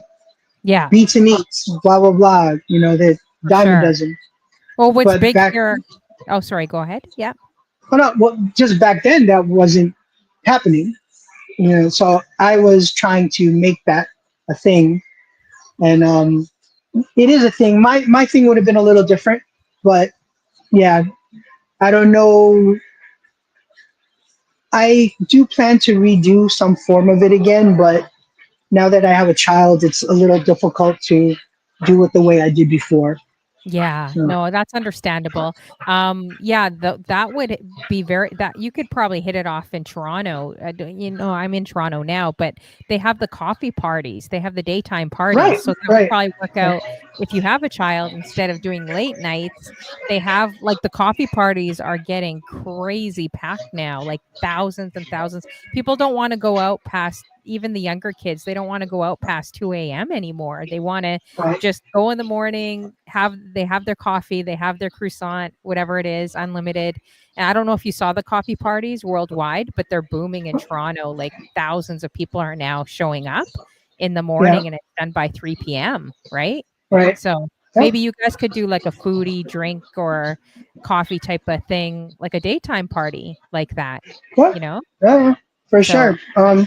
Yeah, even before like that, this rash of stuff like day parties. Probably the most famous one would be a do over. That's a day party. Like it's been the the shift has been happening for a little while now. Who knows? I got to figure all that out. I would love to incorporate that again. But the initial question you asked was, were you cooking? Yeah, actually, that was part of the whole bigger picture. Was this thing where I would teach a DJ. I'm sorry, I would teach a chef how to DJ, and the oh, chef would teach me how to cook ooh. a a meal. And this was in the early ages of content creation. So Mhm. yeah, I was doing all that type of stuff very early on before there was a platform for it to fully be embraced. Unfortunately, um, yeah, if I had just waited or the timing was a little different, it would have been a different story. But that's life. Sometimes things work out. Sometimes you end up DJing for Jay Z. Sometimes Crazy. the thing you put together doesn't work. And Yeah, I exactly. hope you DJs out there, especially younger ones who aren't established, who don't have like a huge brand name. This is all ups and downs. All right, guys. Like, don't That's why when I said that thing about in my motto video, if your goal is to make money, do something else. Like, go rob a bank, go start a OnlyFans, go do something Oh, else. no. Don't do no There's no. OnlyFans. No, no, no, no, no, no, well, no, I, no, no. well, I'm just saying if it's I know, I just know. for some money situation, right? There's Yeah. more possibly, betting lucrative things you could do than being a DJ. Um, you know, it, I would always the extended version of what I would always say was like, if you want to help people, if you really like health and you're into science and you want to help people, like that's why you become a doctor. But if you Mhm. become a doctor because you want to buy a Range Rover, don't do that. We don't need you. Like, there's something Mm. else you could do. And I truly believe with DJing, that's that should be where you lead from, because you love music, because uh, you love creating music, and you love that type of feel. You love nightlife. You love bringing people together. That's why you should do it. If it's just because you want to be famous, Mhm. do something else. We don't need any more of that, Yeah. especially right now. Oh, yeah, because it's kind of everywhere. How do you feel because you came from kind of the original days of vinyl, how do you feel with all this technology changing for DJs and just this whole social media world and just how things have changed so much from the vinyl era as well? How do you feel about that? I'm sure you're aware there's been a resurgence in vinyl. Honestly, I think that resurgence, it might have been not a purposeful, like, collective, like, anti-establishment thing, but like, like, no matter what, if to play vinyl, you have to have vinyl. So you Mhm. can't just download vinyl. Like you have to have it. And Mhm. that even if you do just go to Discogs or go to a store, like you still there's still steps to getting it, and it's cost prohibitive. Like you have to have money, especially right now. Like these records are. If you want to buy the new Drake record and play it, that's like I don't know, $80. Like it's not Mhm. cheap. It's not cheap to buy these records, right? Very expensive now, almost Yeah, $100 for a lot yeah, of it. Yeah. yeah. So there is some level of commitment that you have to make to do these things. And for the people who already had vinyl, these are things that we've curated over time. You can't just go to a Spotify list and be like, oh, well, if I want to play all hip hop, these are your songs I have to download. Mhm. Like a lot of vinyl DJs don't operate that way. We play music that you can't look up on Shazam and SoundCloud or whatever. So I think that's an interesting situation right now, uh, where the vinyl movement has been an answer to the ability for anyone and everyone to be able to DJ on an iPhone, right? Mhm. So if you, in a way, if you want someone who actually knows the music, who actually cares about the music, 9 times out of 10, a lot of the vinyl DJs, especially the established ones, uh, they actually have that. They care about the music. They care about the curation. They won't go to a Spotify list and look up, all right, best 20 90s songs. Like they Mhm. know the 90s songs because they have them, you know? Yeah, for And sure. with that being said, now that vinyl stuff is in vogue, of course, now it's been ruined as well. So that's a whole other conversation. Me personally, I have no problem with technology. I was one of the earlier adopters of DVS systems. Okay. Well, Mhm. my crew was sponsored by the predecessor to Serato, which was Final Scratch. So we were early, very early proponents. And me as a tech nerd, Final Scratch before it was bought by Stanton, it was like a program that was run on VEOS. I don't know if you guys even know what that is. It's another operating system, a Linux operating system, and I've used it on that. So I've always thought it was very cool. So there's a lot of positives to it. Even the ability to DJ on an iPhone, I never thought I'd see the day. Even being able to go to a club and just walk in with two USB sticks. Yeah. Sure, I get it. That's amazing. It's amazing. Mhm. Unfortunately, there's the other side of it too, which is just over accessibility. And with the tools that are available now, like you don't even have to beat match. Half Yeah. the time, people are faking their sets. Like you guys have all probably seen like these sets where Yeah. Dead Mouse is admitted. Yes, Oh, absolutely, I really? pre-record my set. Oh yeah, look it up. Dead Mouse has said I pre-record my sets. Sure. Yeah, I gotta So look it up. yeah, so that part sucks, but it's par for the course. So you Mm. can complain about it or figure out how to navigate it and to keep some artistic integrity. The social media thing. Uh, I don't know if you saw like Craze just. Sorry, you guys still there? Yeah. Sorry. Yeah, yeah, I'm still Craze. there. Craze just posted kind of like a little series addressing it. Mm. Um, you know, it. I am an older school cat. I wish that DJing was a meritocracy, but it's not. Um, that's not. Just like when we eat food, if it looks like slop, we're not going to eat it, right? But if you make it all pretty and make it Michelin star ready, yeah, you're going to get more customers. You're going to get more people's eyes on it. I do believe there is a balance between just being a quote unquote influencer and an actual DJ. Uh, Mm. uh, Factually, I am. You know, I have studied how to navigate like Instagram, for example, and Mhm. I already know I mess up. Like I have been on Instagram so long. At the time, Instagram was more like a diary.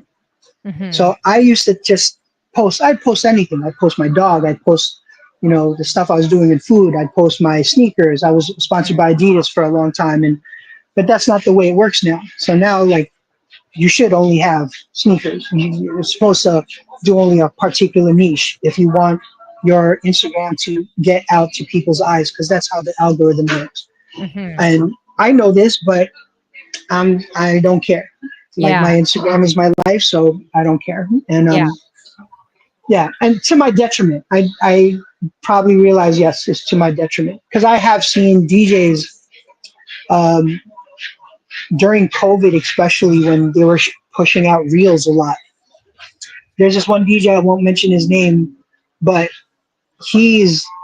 I remember when he used to come to my shows, and he doesn't even really speak English at the time, and he'd be like, "Wow, man, you know, he really liked what I did. He came to see me DJ, right?"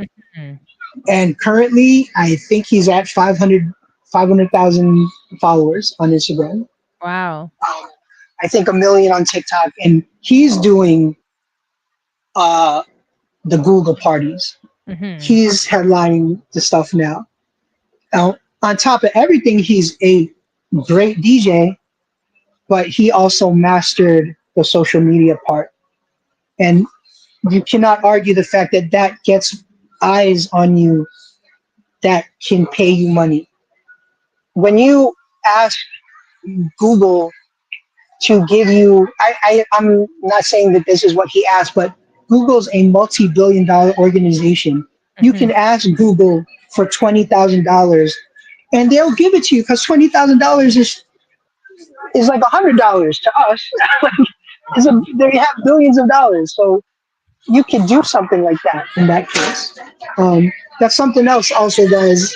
I would always say in these kind of talks about being a DJ, if you need to find essentially a patron, and this goes for Twitch as well. If you really study Twitch, even if there's like 1,000 people in that room, 1,000 people don't subscribe. 1,000 people don't throw bits. It's Mm-hmm. like one or two, or if you're lucky, 10 people who always subscribe, who always throw bits. Exactly. Those are your patrons. You need to find patrons. Mm-hmm. Now, if you always DJ for your friends who are as broke as you, or of the same stature as you are, don't have disposable income, they're never going to pay you for it. Mm-hmm. But if you can DJ for Google, if you can DJ for your corporation, if you can DJ for someone who has money, then you can get paid properly. Mm-hmm. I would always make this analogy of, like, Da Vinci. He painted the Sistine Chapel, right? And that's what we know him for. I'm sure he had a homie Greg somewhere, and Greg was like, "Yo, could you paint something for me?" I'm sure he's like, "Yeah, sure, why not?" His expectation of getting money from Greg, he probably was like, "Yo, just cook me a meal, cook me something good to eat. That we'll call it even." But when he went to the church, who was at the time probably the richest corporation out there, guess what? Then he could get paid. And that Mm-hmm. adage goes on now. My friends who are the most financially sound DJs, by and far, are my DJs who do weddings, Hmm. because the Interesting. ex the expectation when you do a wedding, you you can expect to get paid 2, 3, $4,000 for the services you are uh, providing. The the flower person, the person who provides flowers, charges 4K. So Exactly. absolutely, you Yeah. can charge it. But if you go to a club where there's only 10 people in there buying drinks, you can't expect them to give you $4,000. They'll go under, right? Yeah. Yeah.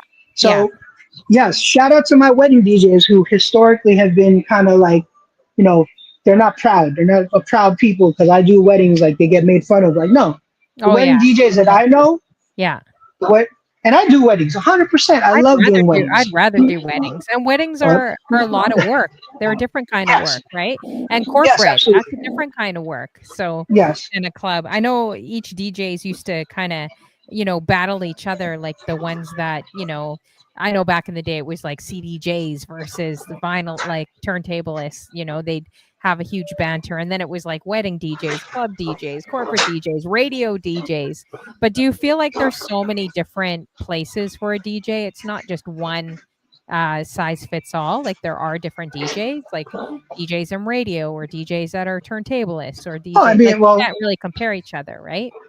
Because there's I different mean, DJs. the fact that they already do exist in different facets. I do know, like, when hip hop was smaller, I think the sign of you being successful was being a radio DJ. I don't think that's the case anymore. I don't Mhm. know. I I know from insider conversations that if you do not take the name that you build as a brand to other venues, you're not making money. Meaning that these radio stations are not the ones who are going to pay you. What you need to do is take that name recognition and start a party, and that's how you make money. Mhm. Or that's how you actually have to do it.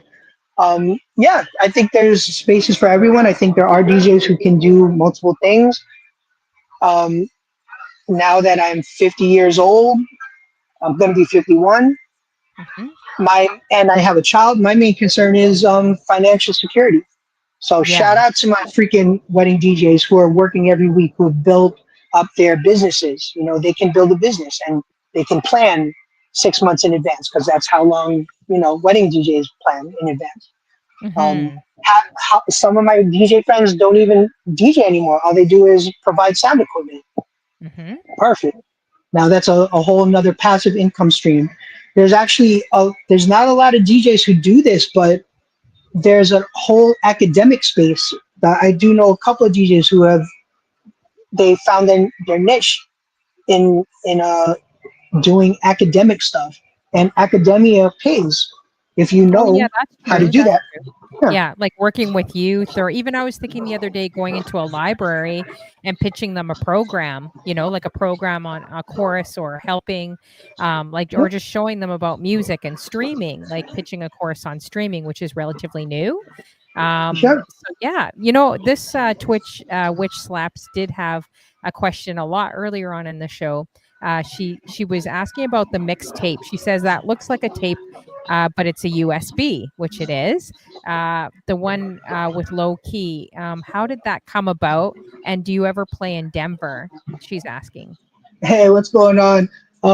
Yes. How did that come about? The thing with low key. So I've known low key for, I don't know, let's say at least 20 years.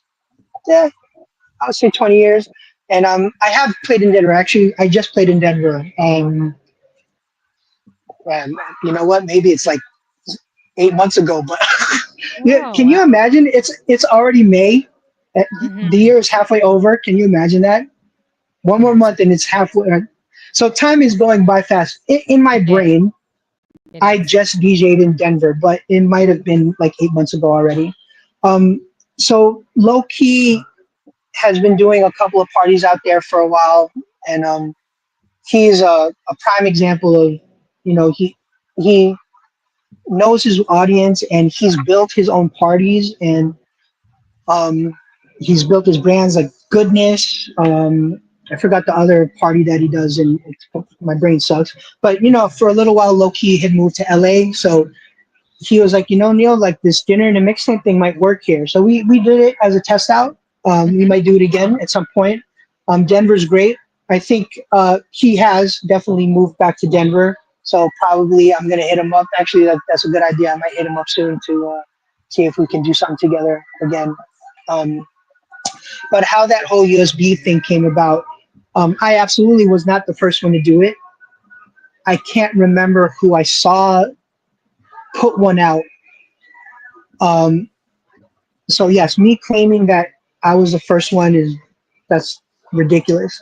Hmm. Someone put it out, and I was like, you know what? That would be really cool to do as my vehicle now, because there is this level of nostalgia, because I'm handing music to someone. When give, even when you give like a link, like, hey, here's a link to my music, it's not quite the same. There's Hmm. feels a Hmm. little more Exactly. disposable. Yeah. Um, so yeah, I saw someone put something out. I was like, man, that's really cool. So I looked it up, how to source it, how to make it, and then that became my thing. Um, the unfortunate thing though is, if you can believe it, um, there are a lot of kids out there who don't even know what an MP3 is. Like Oh, there's that's there's crazy. kid, yeah, there's kids out there. The only music they've ever heard is by streaming. They don't know what that is. Yeah.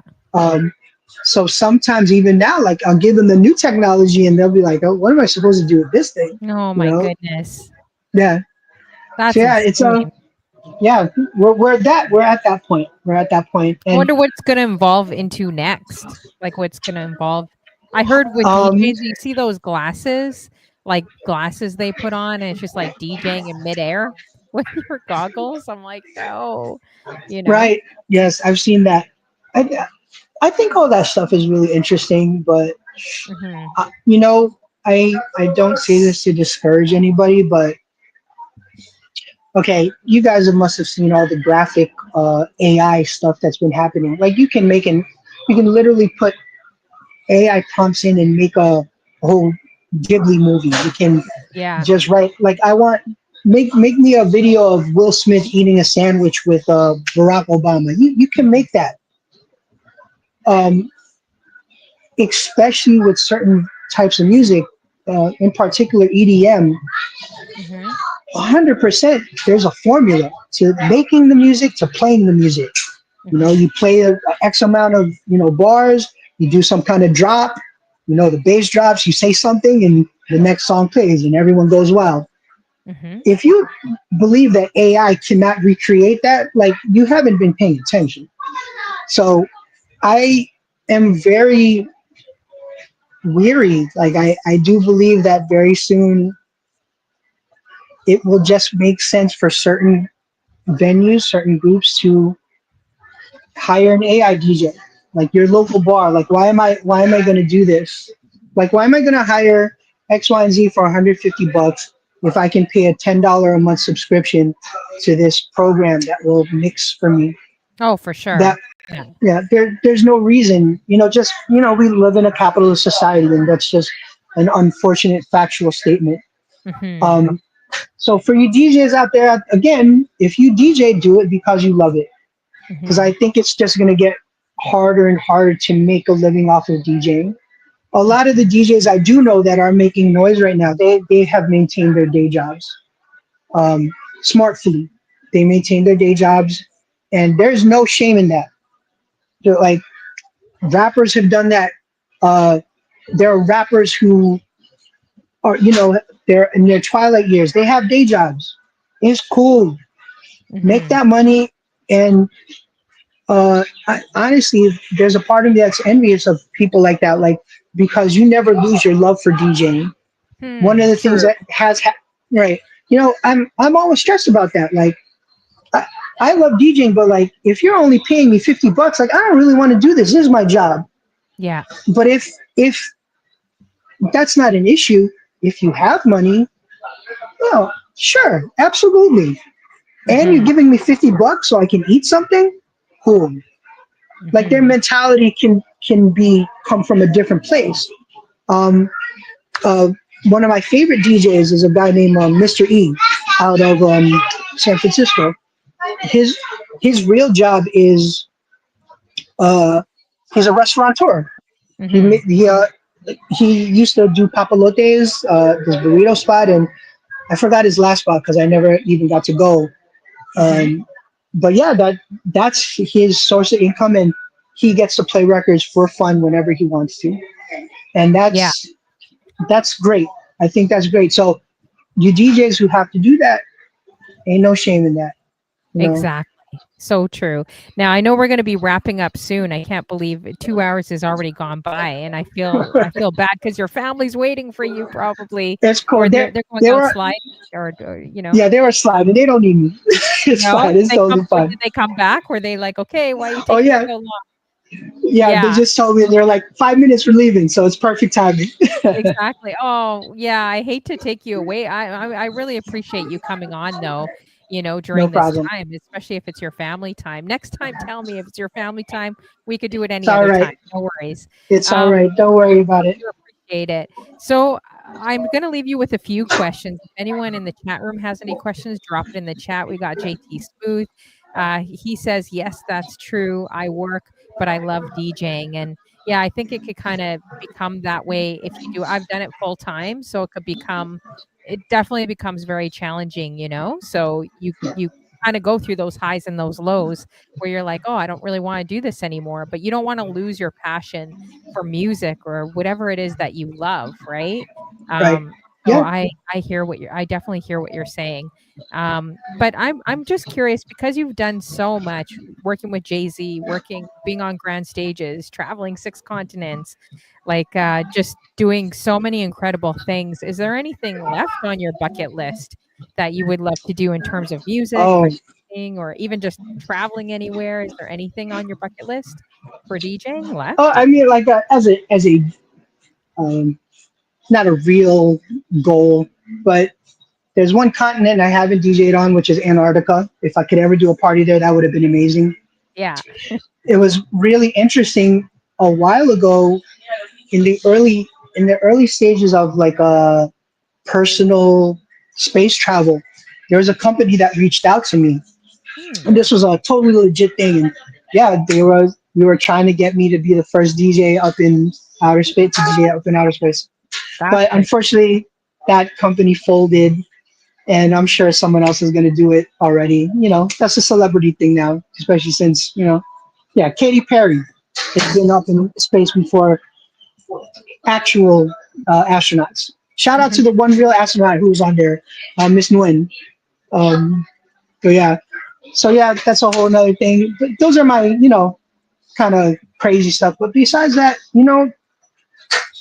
I've been lucky to have a career doing this for the last 26 years. That's Mhm. a long time. Um, I would love to figure out how to keep my foot in DJing or in music somehow. I have a feeling like you guys must have heard about the Japanese listening bars. The Japanese listening bars, especially the cooler ones, are all run by these like really old Japanese men, like 80, 90 years old. Like they're gonna die doing this. Mhm. Uh, I have a feeling that's gonna be me. You might see me somewhere running a record store or a restaurant with a little DJ section somewhere, and I might be back there talking about, yeah, back in my day. So Yeah. who knows? But I would love for that to be my fate someday because I do love DJing and I love the music, and uh, I like to believe I don't actually look 50. No, you But don't. You look 30. You look like you're barely pushing 30 or 35. You look amazing. yeah, you're 50, making me that's feel better about myself. You're making me no, you feel do. better. You don't even have a wrinkle, man. I got some wrinkles here. You don't even have any.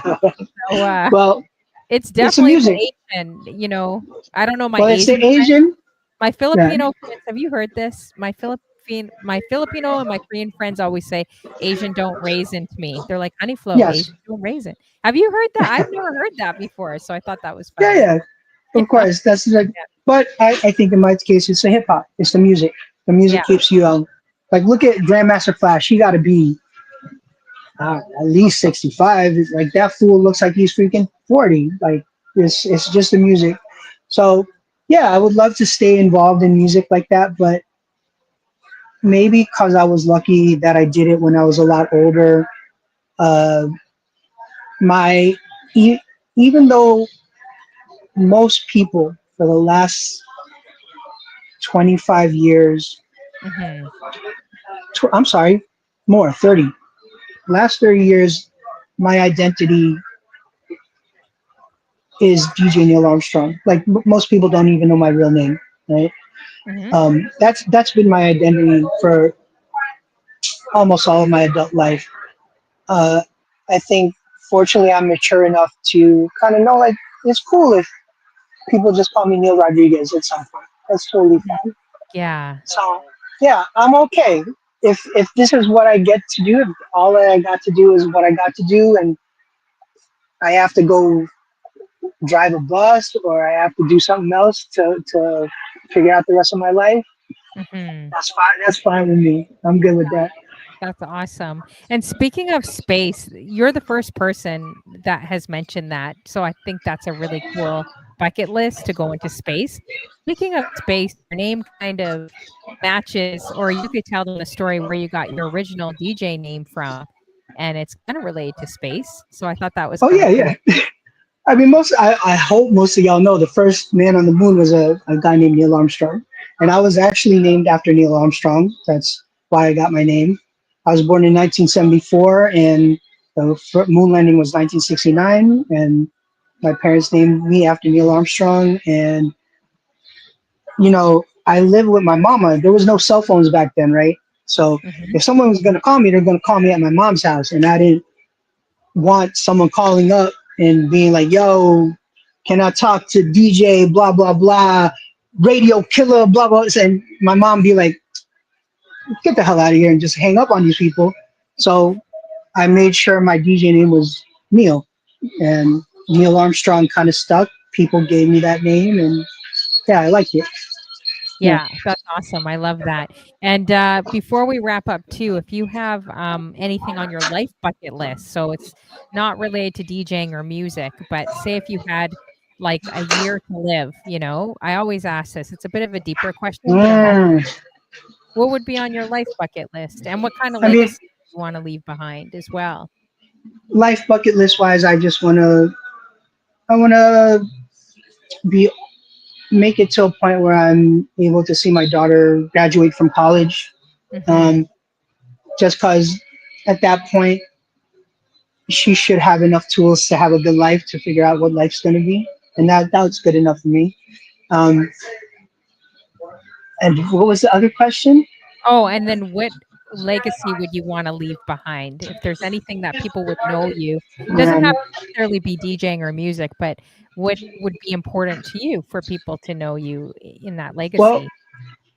100%. I'm hoping my mixtapes are my legacy. Like someday, somewhere, someone's gonna play my mixtape, and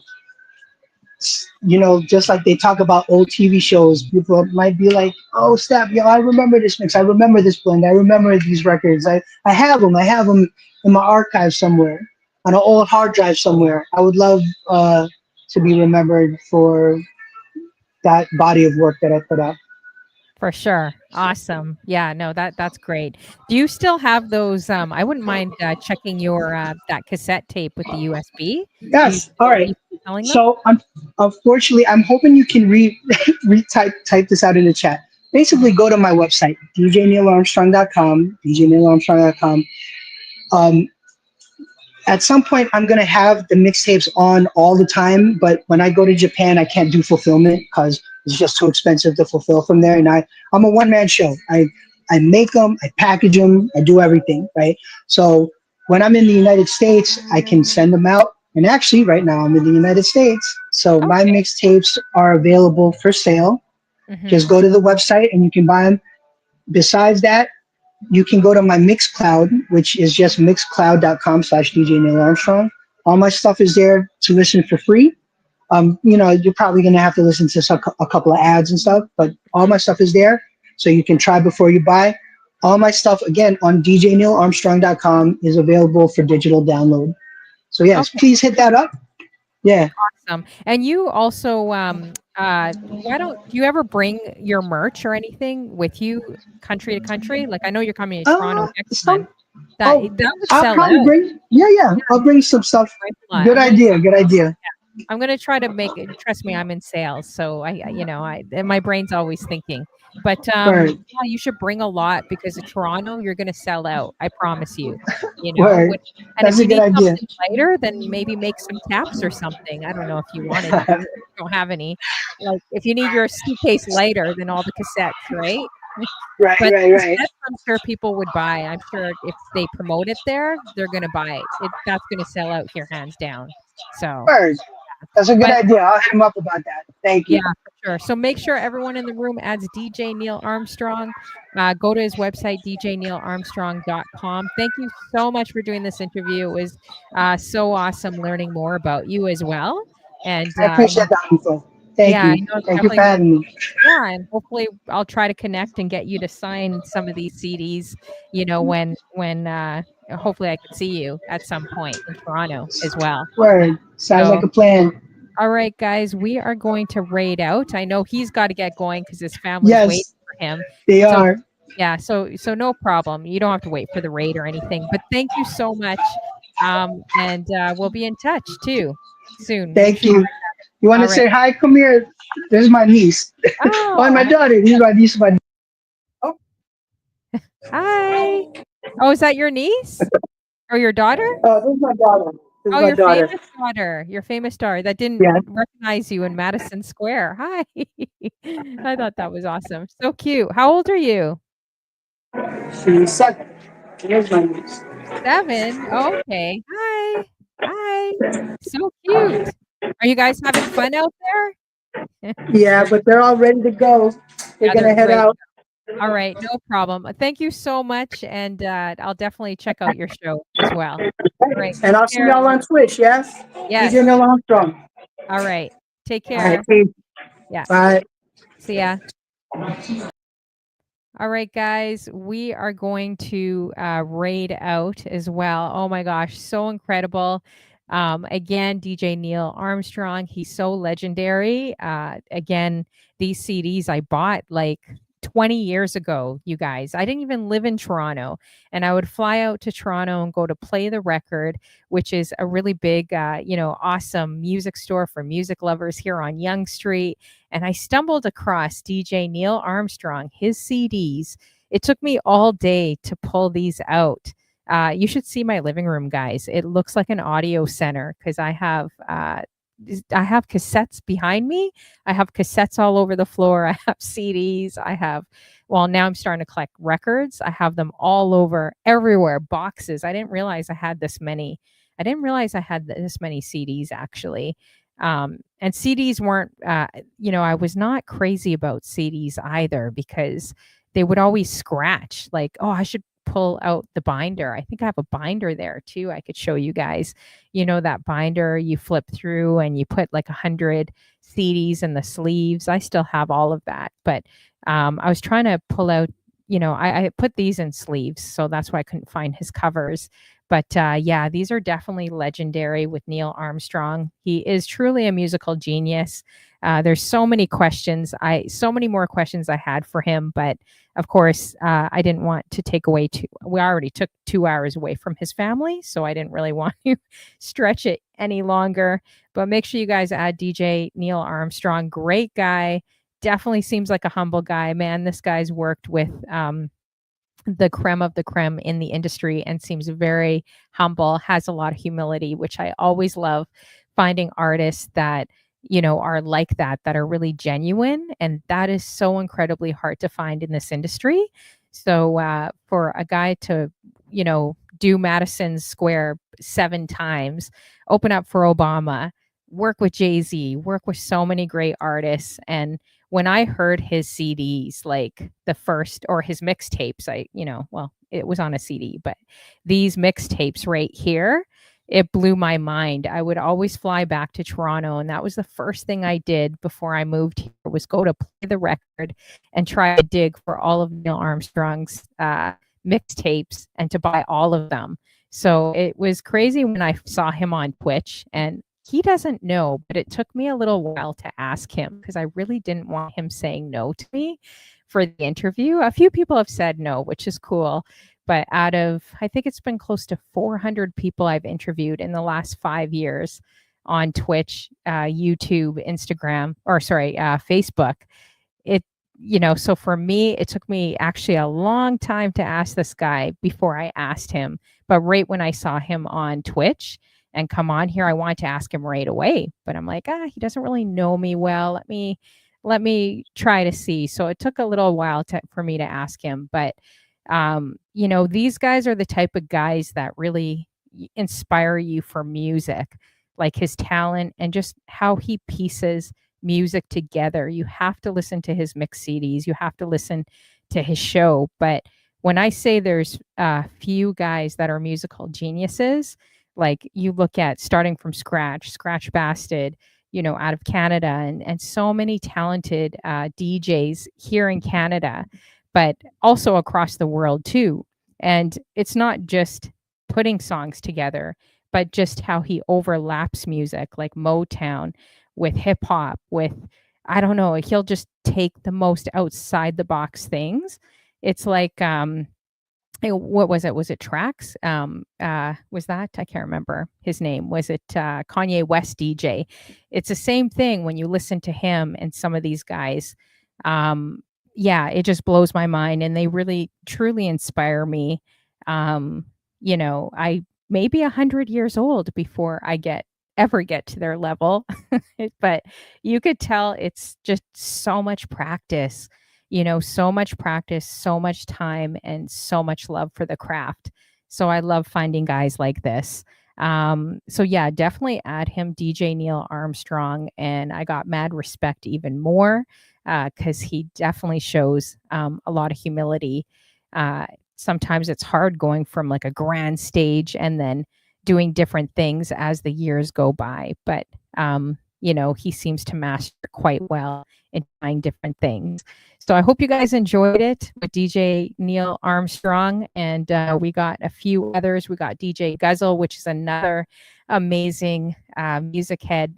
He's going to be coming on my show, and I can't remember. There's a few others I have. DJ Mercy, she's coming on my show from Cali.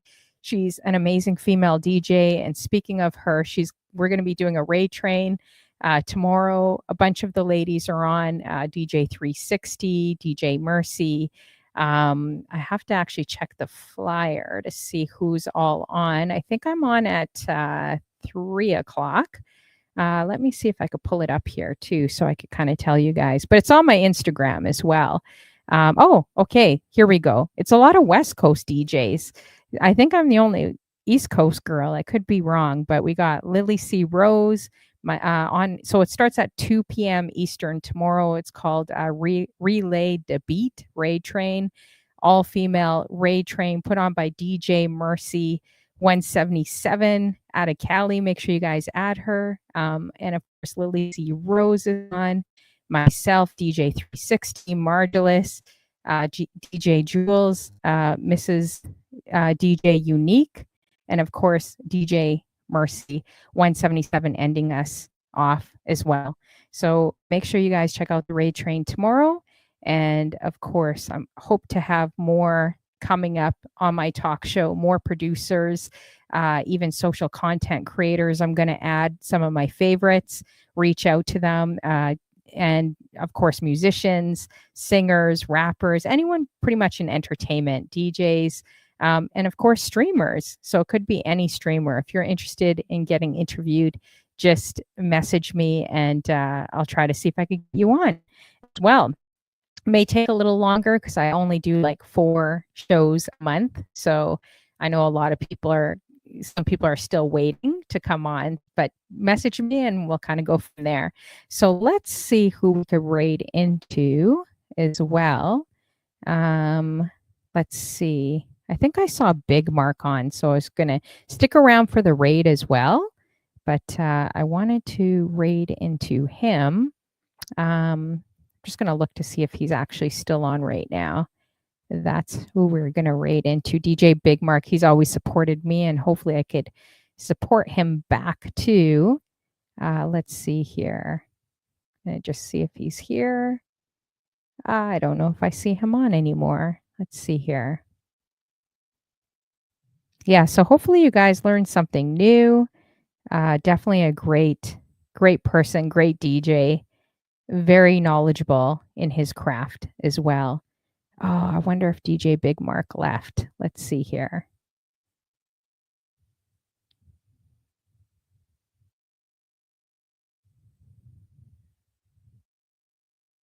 Okay, I think he's still live. All right, so we are going to raid into him right now. So let's check him out. Stick around, you guys, for the raid. Copy my raid message, and thanks for coming through the Honey Flow Show. I will hopefully see you tomorrow as well. So we're going to raid into DJ Big Mark. Oh, I think he's got follower or subscribe only on his channel. That's okay. Anyways, thanks for coming through, you guys. This Twitch Witch Slaps, thank you for your support coming through. Appreciate you. JT Smooth and let's see, DJ P Sub and all the lurkers, Ches the Legend. Jonah came through earlier. Yeah, DJ P Sub I mentioned. Clarky came through earlier. Pretty much and everyone that's come through, appreciate you. And definitely check out the replay on YouTube, Twitch, and Facebook as well. So, and if you want to interview and to come on the show as well, just message me, DM me on Instagram. That would be easier for me. And yeah, and we'll go from there. But we're going to DJ Big Mark. So stay tuned as well. I think the raid is just about going. And have a great night, you guys. I'll see you tomorrow for that female raid train. I'm actually going to work on it tonight, and it's going to be great tomorrow. I'm sure a lot of people will be coming out for that one as well. So it's going to be good. Check out the flyer on Instagram too, and on my socials, and you'll see me. All right. So I'll see you guys. Have a great night.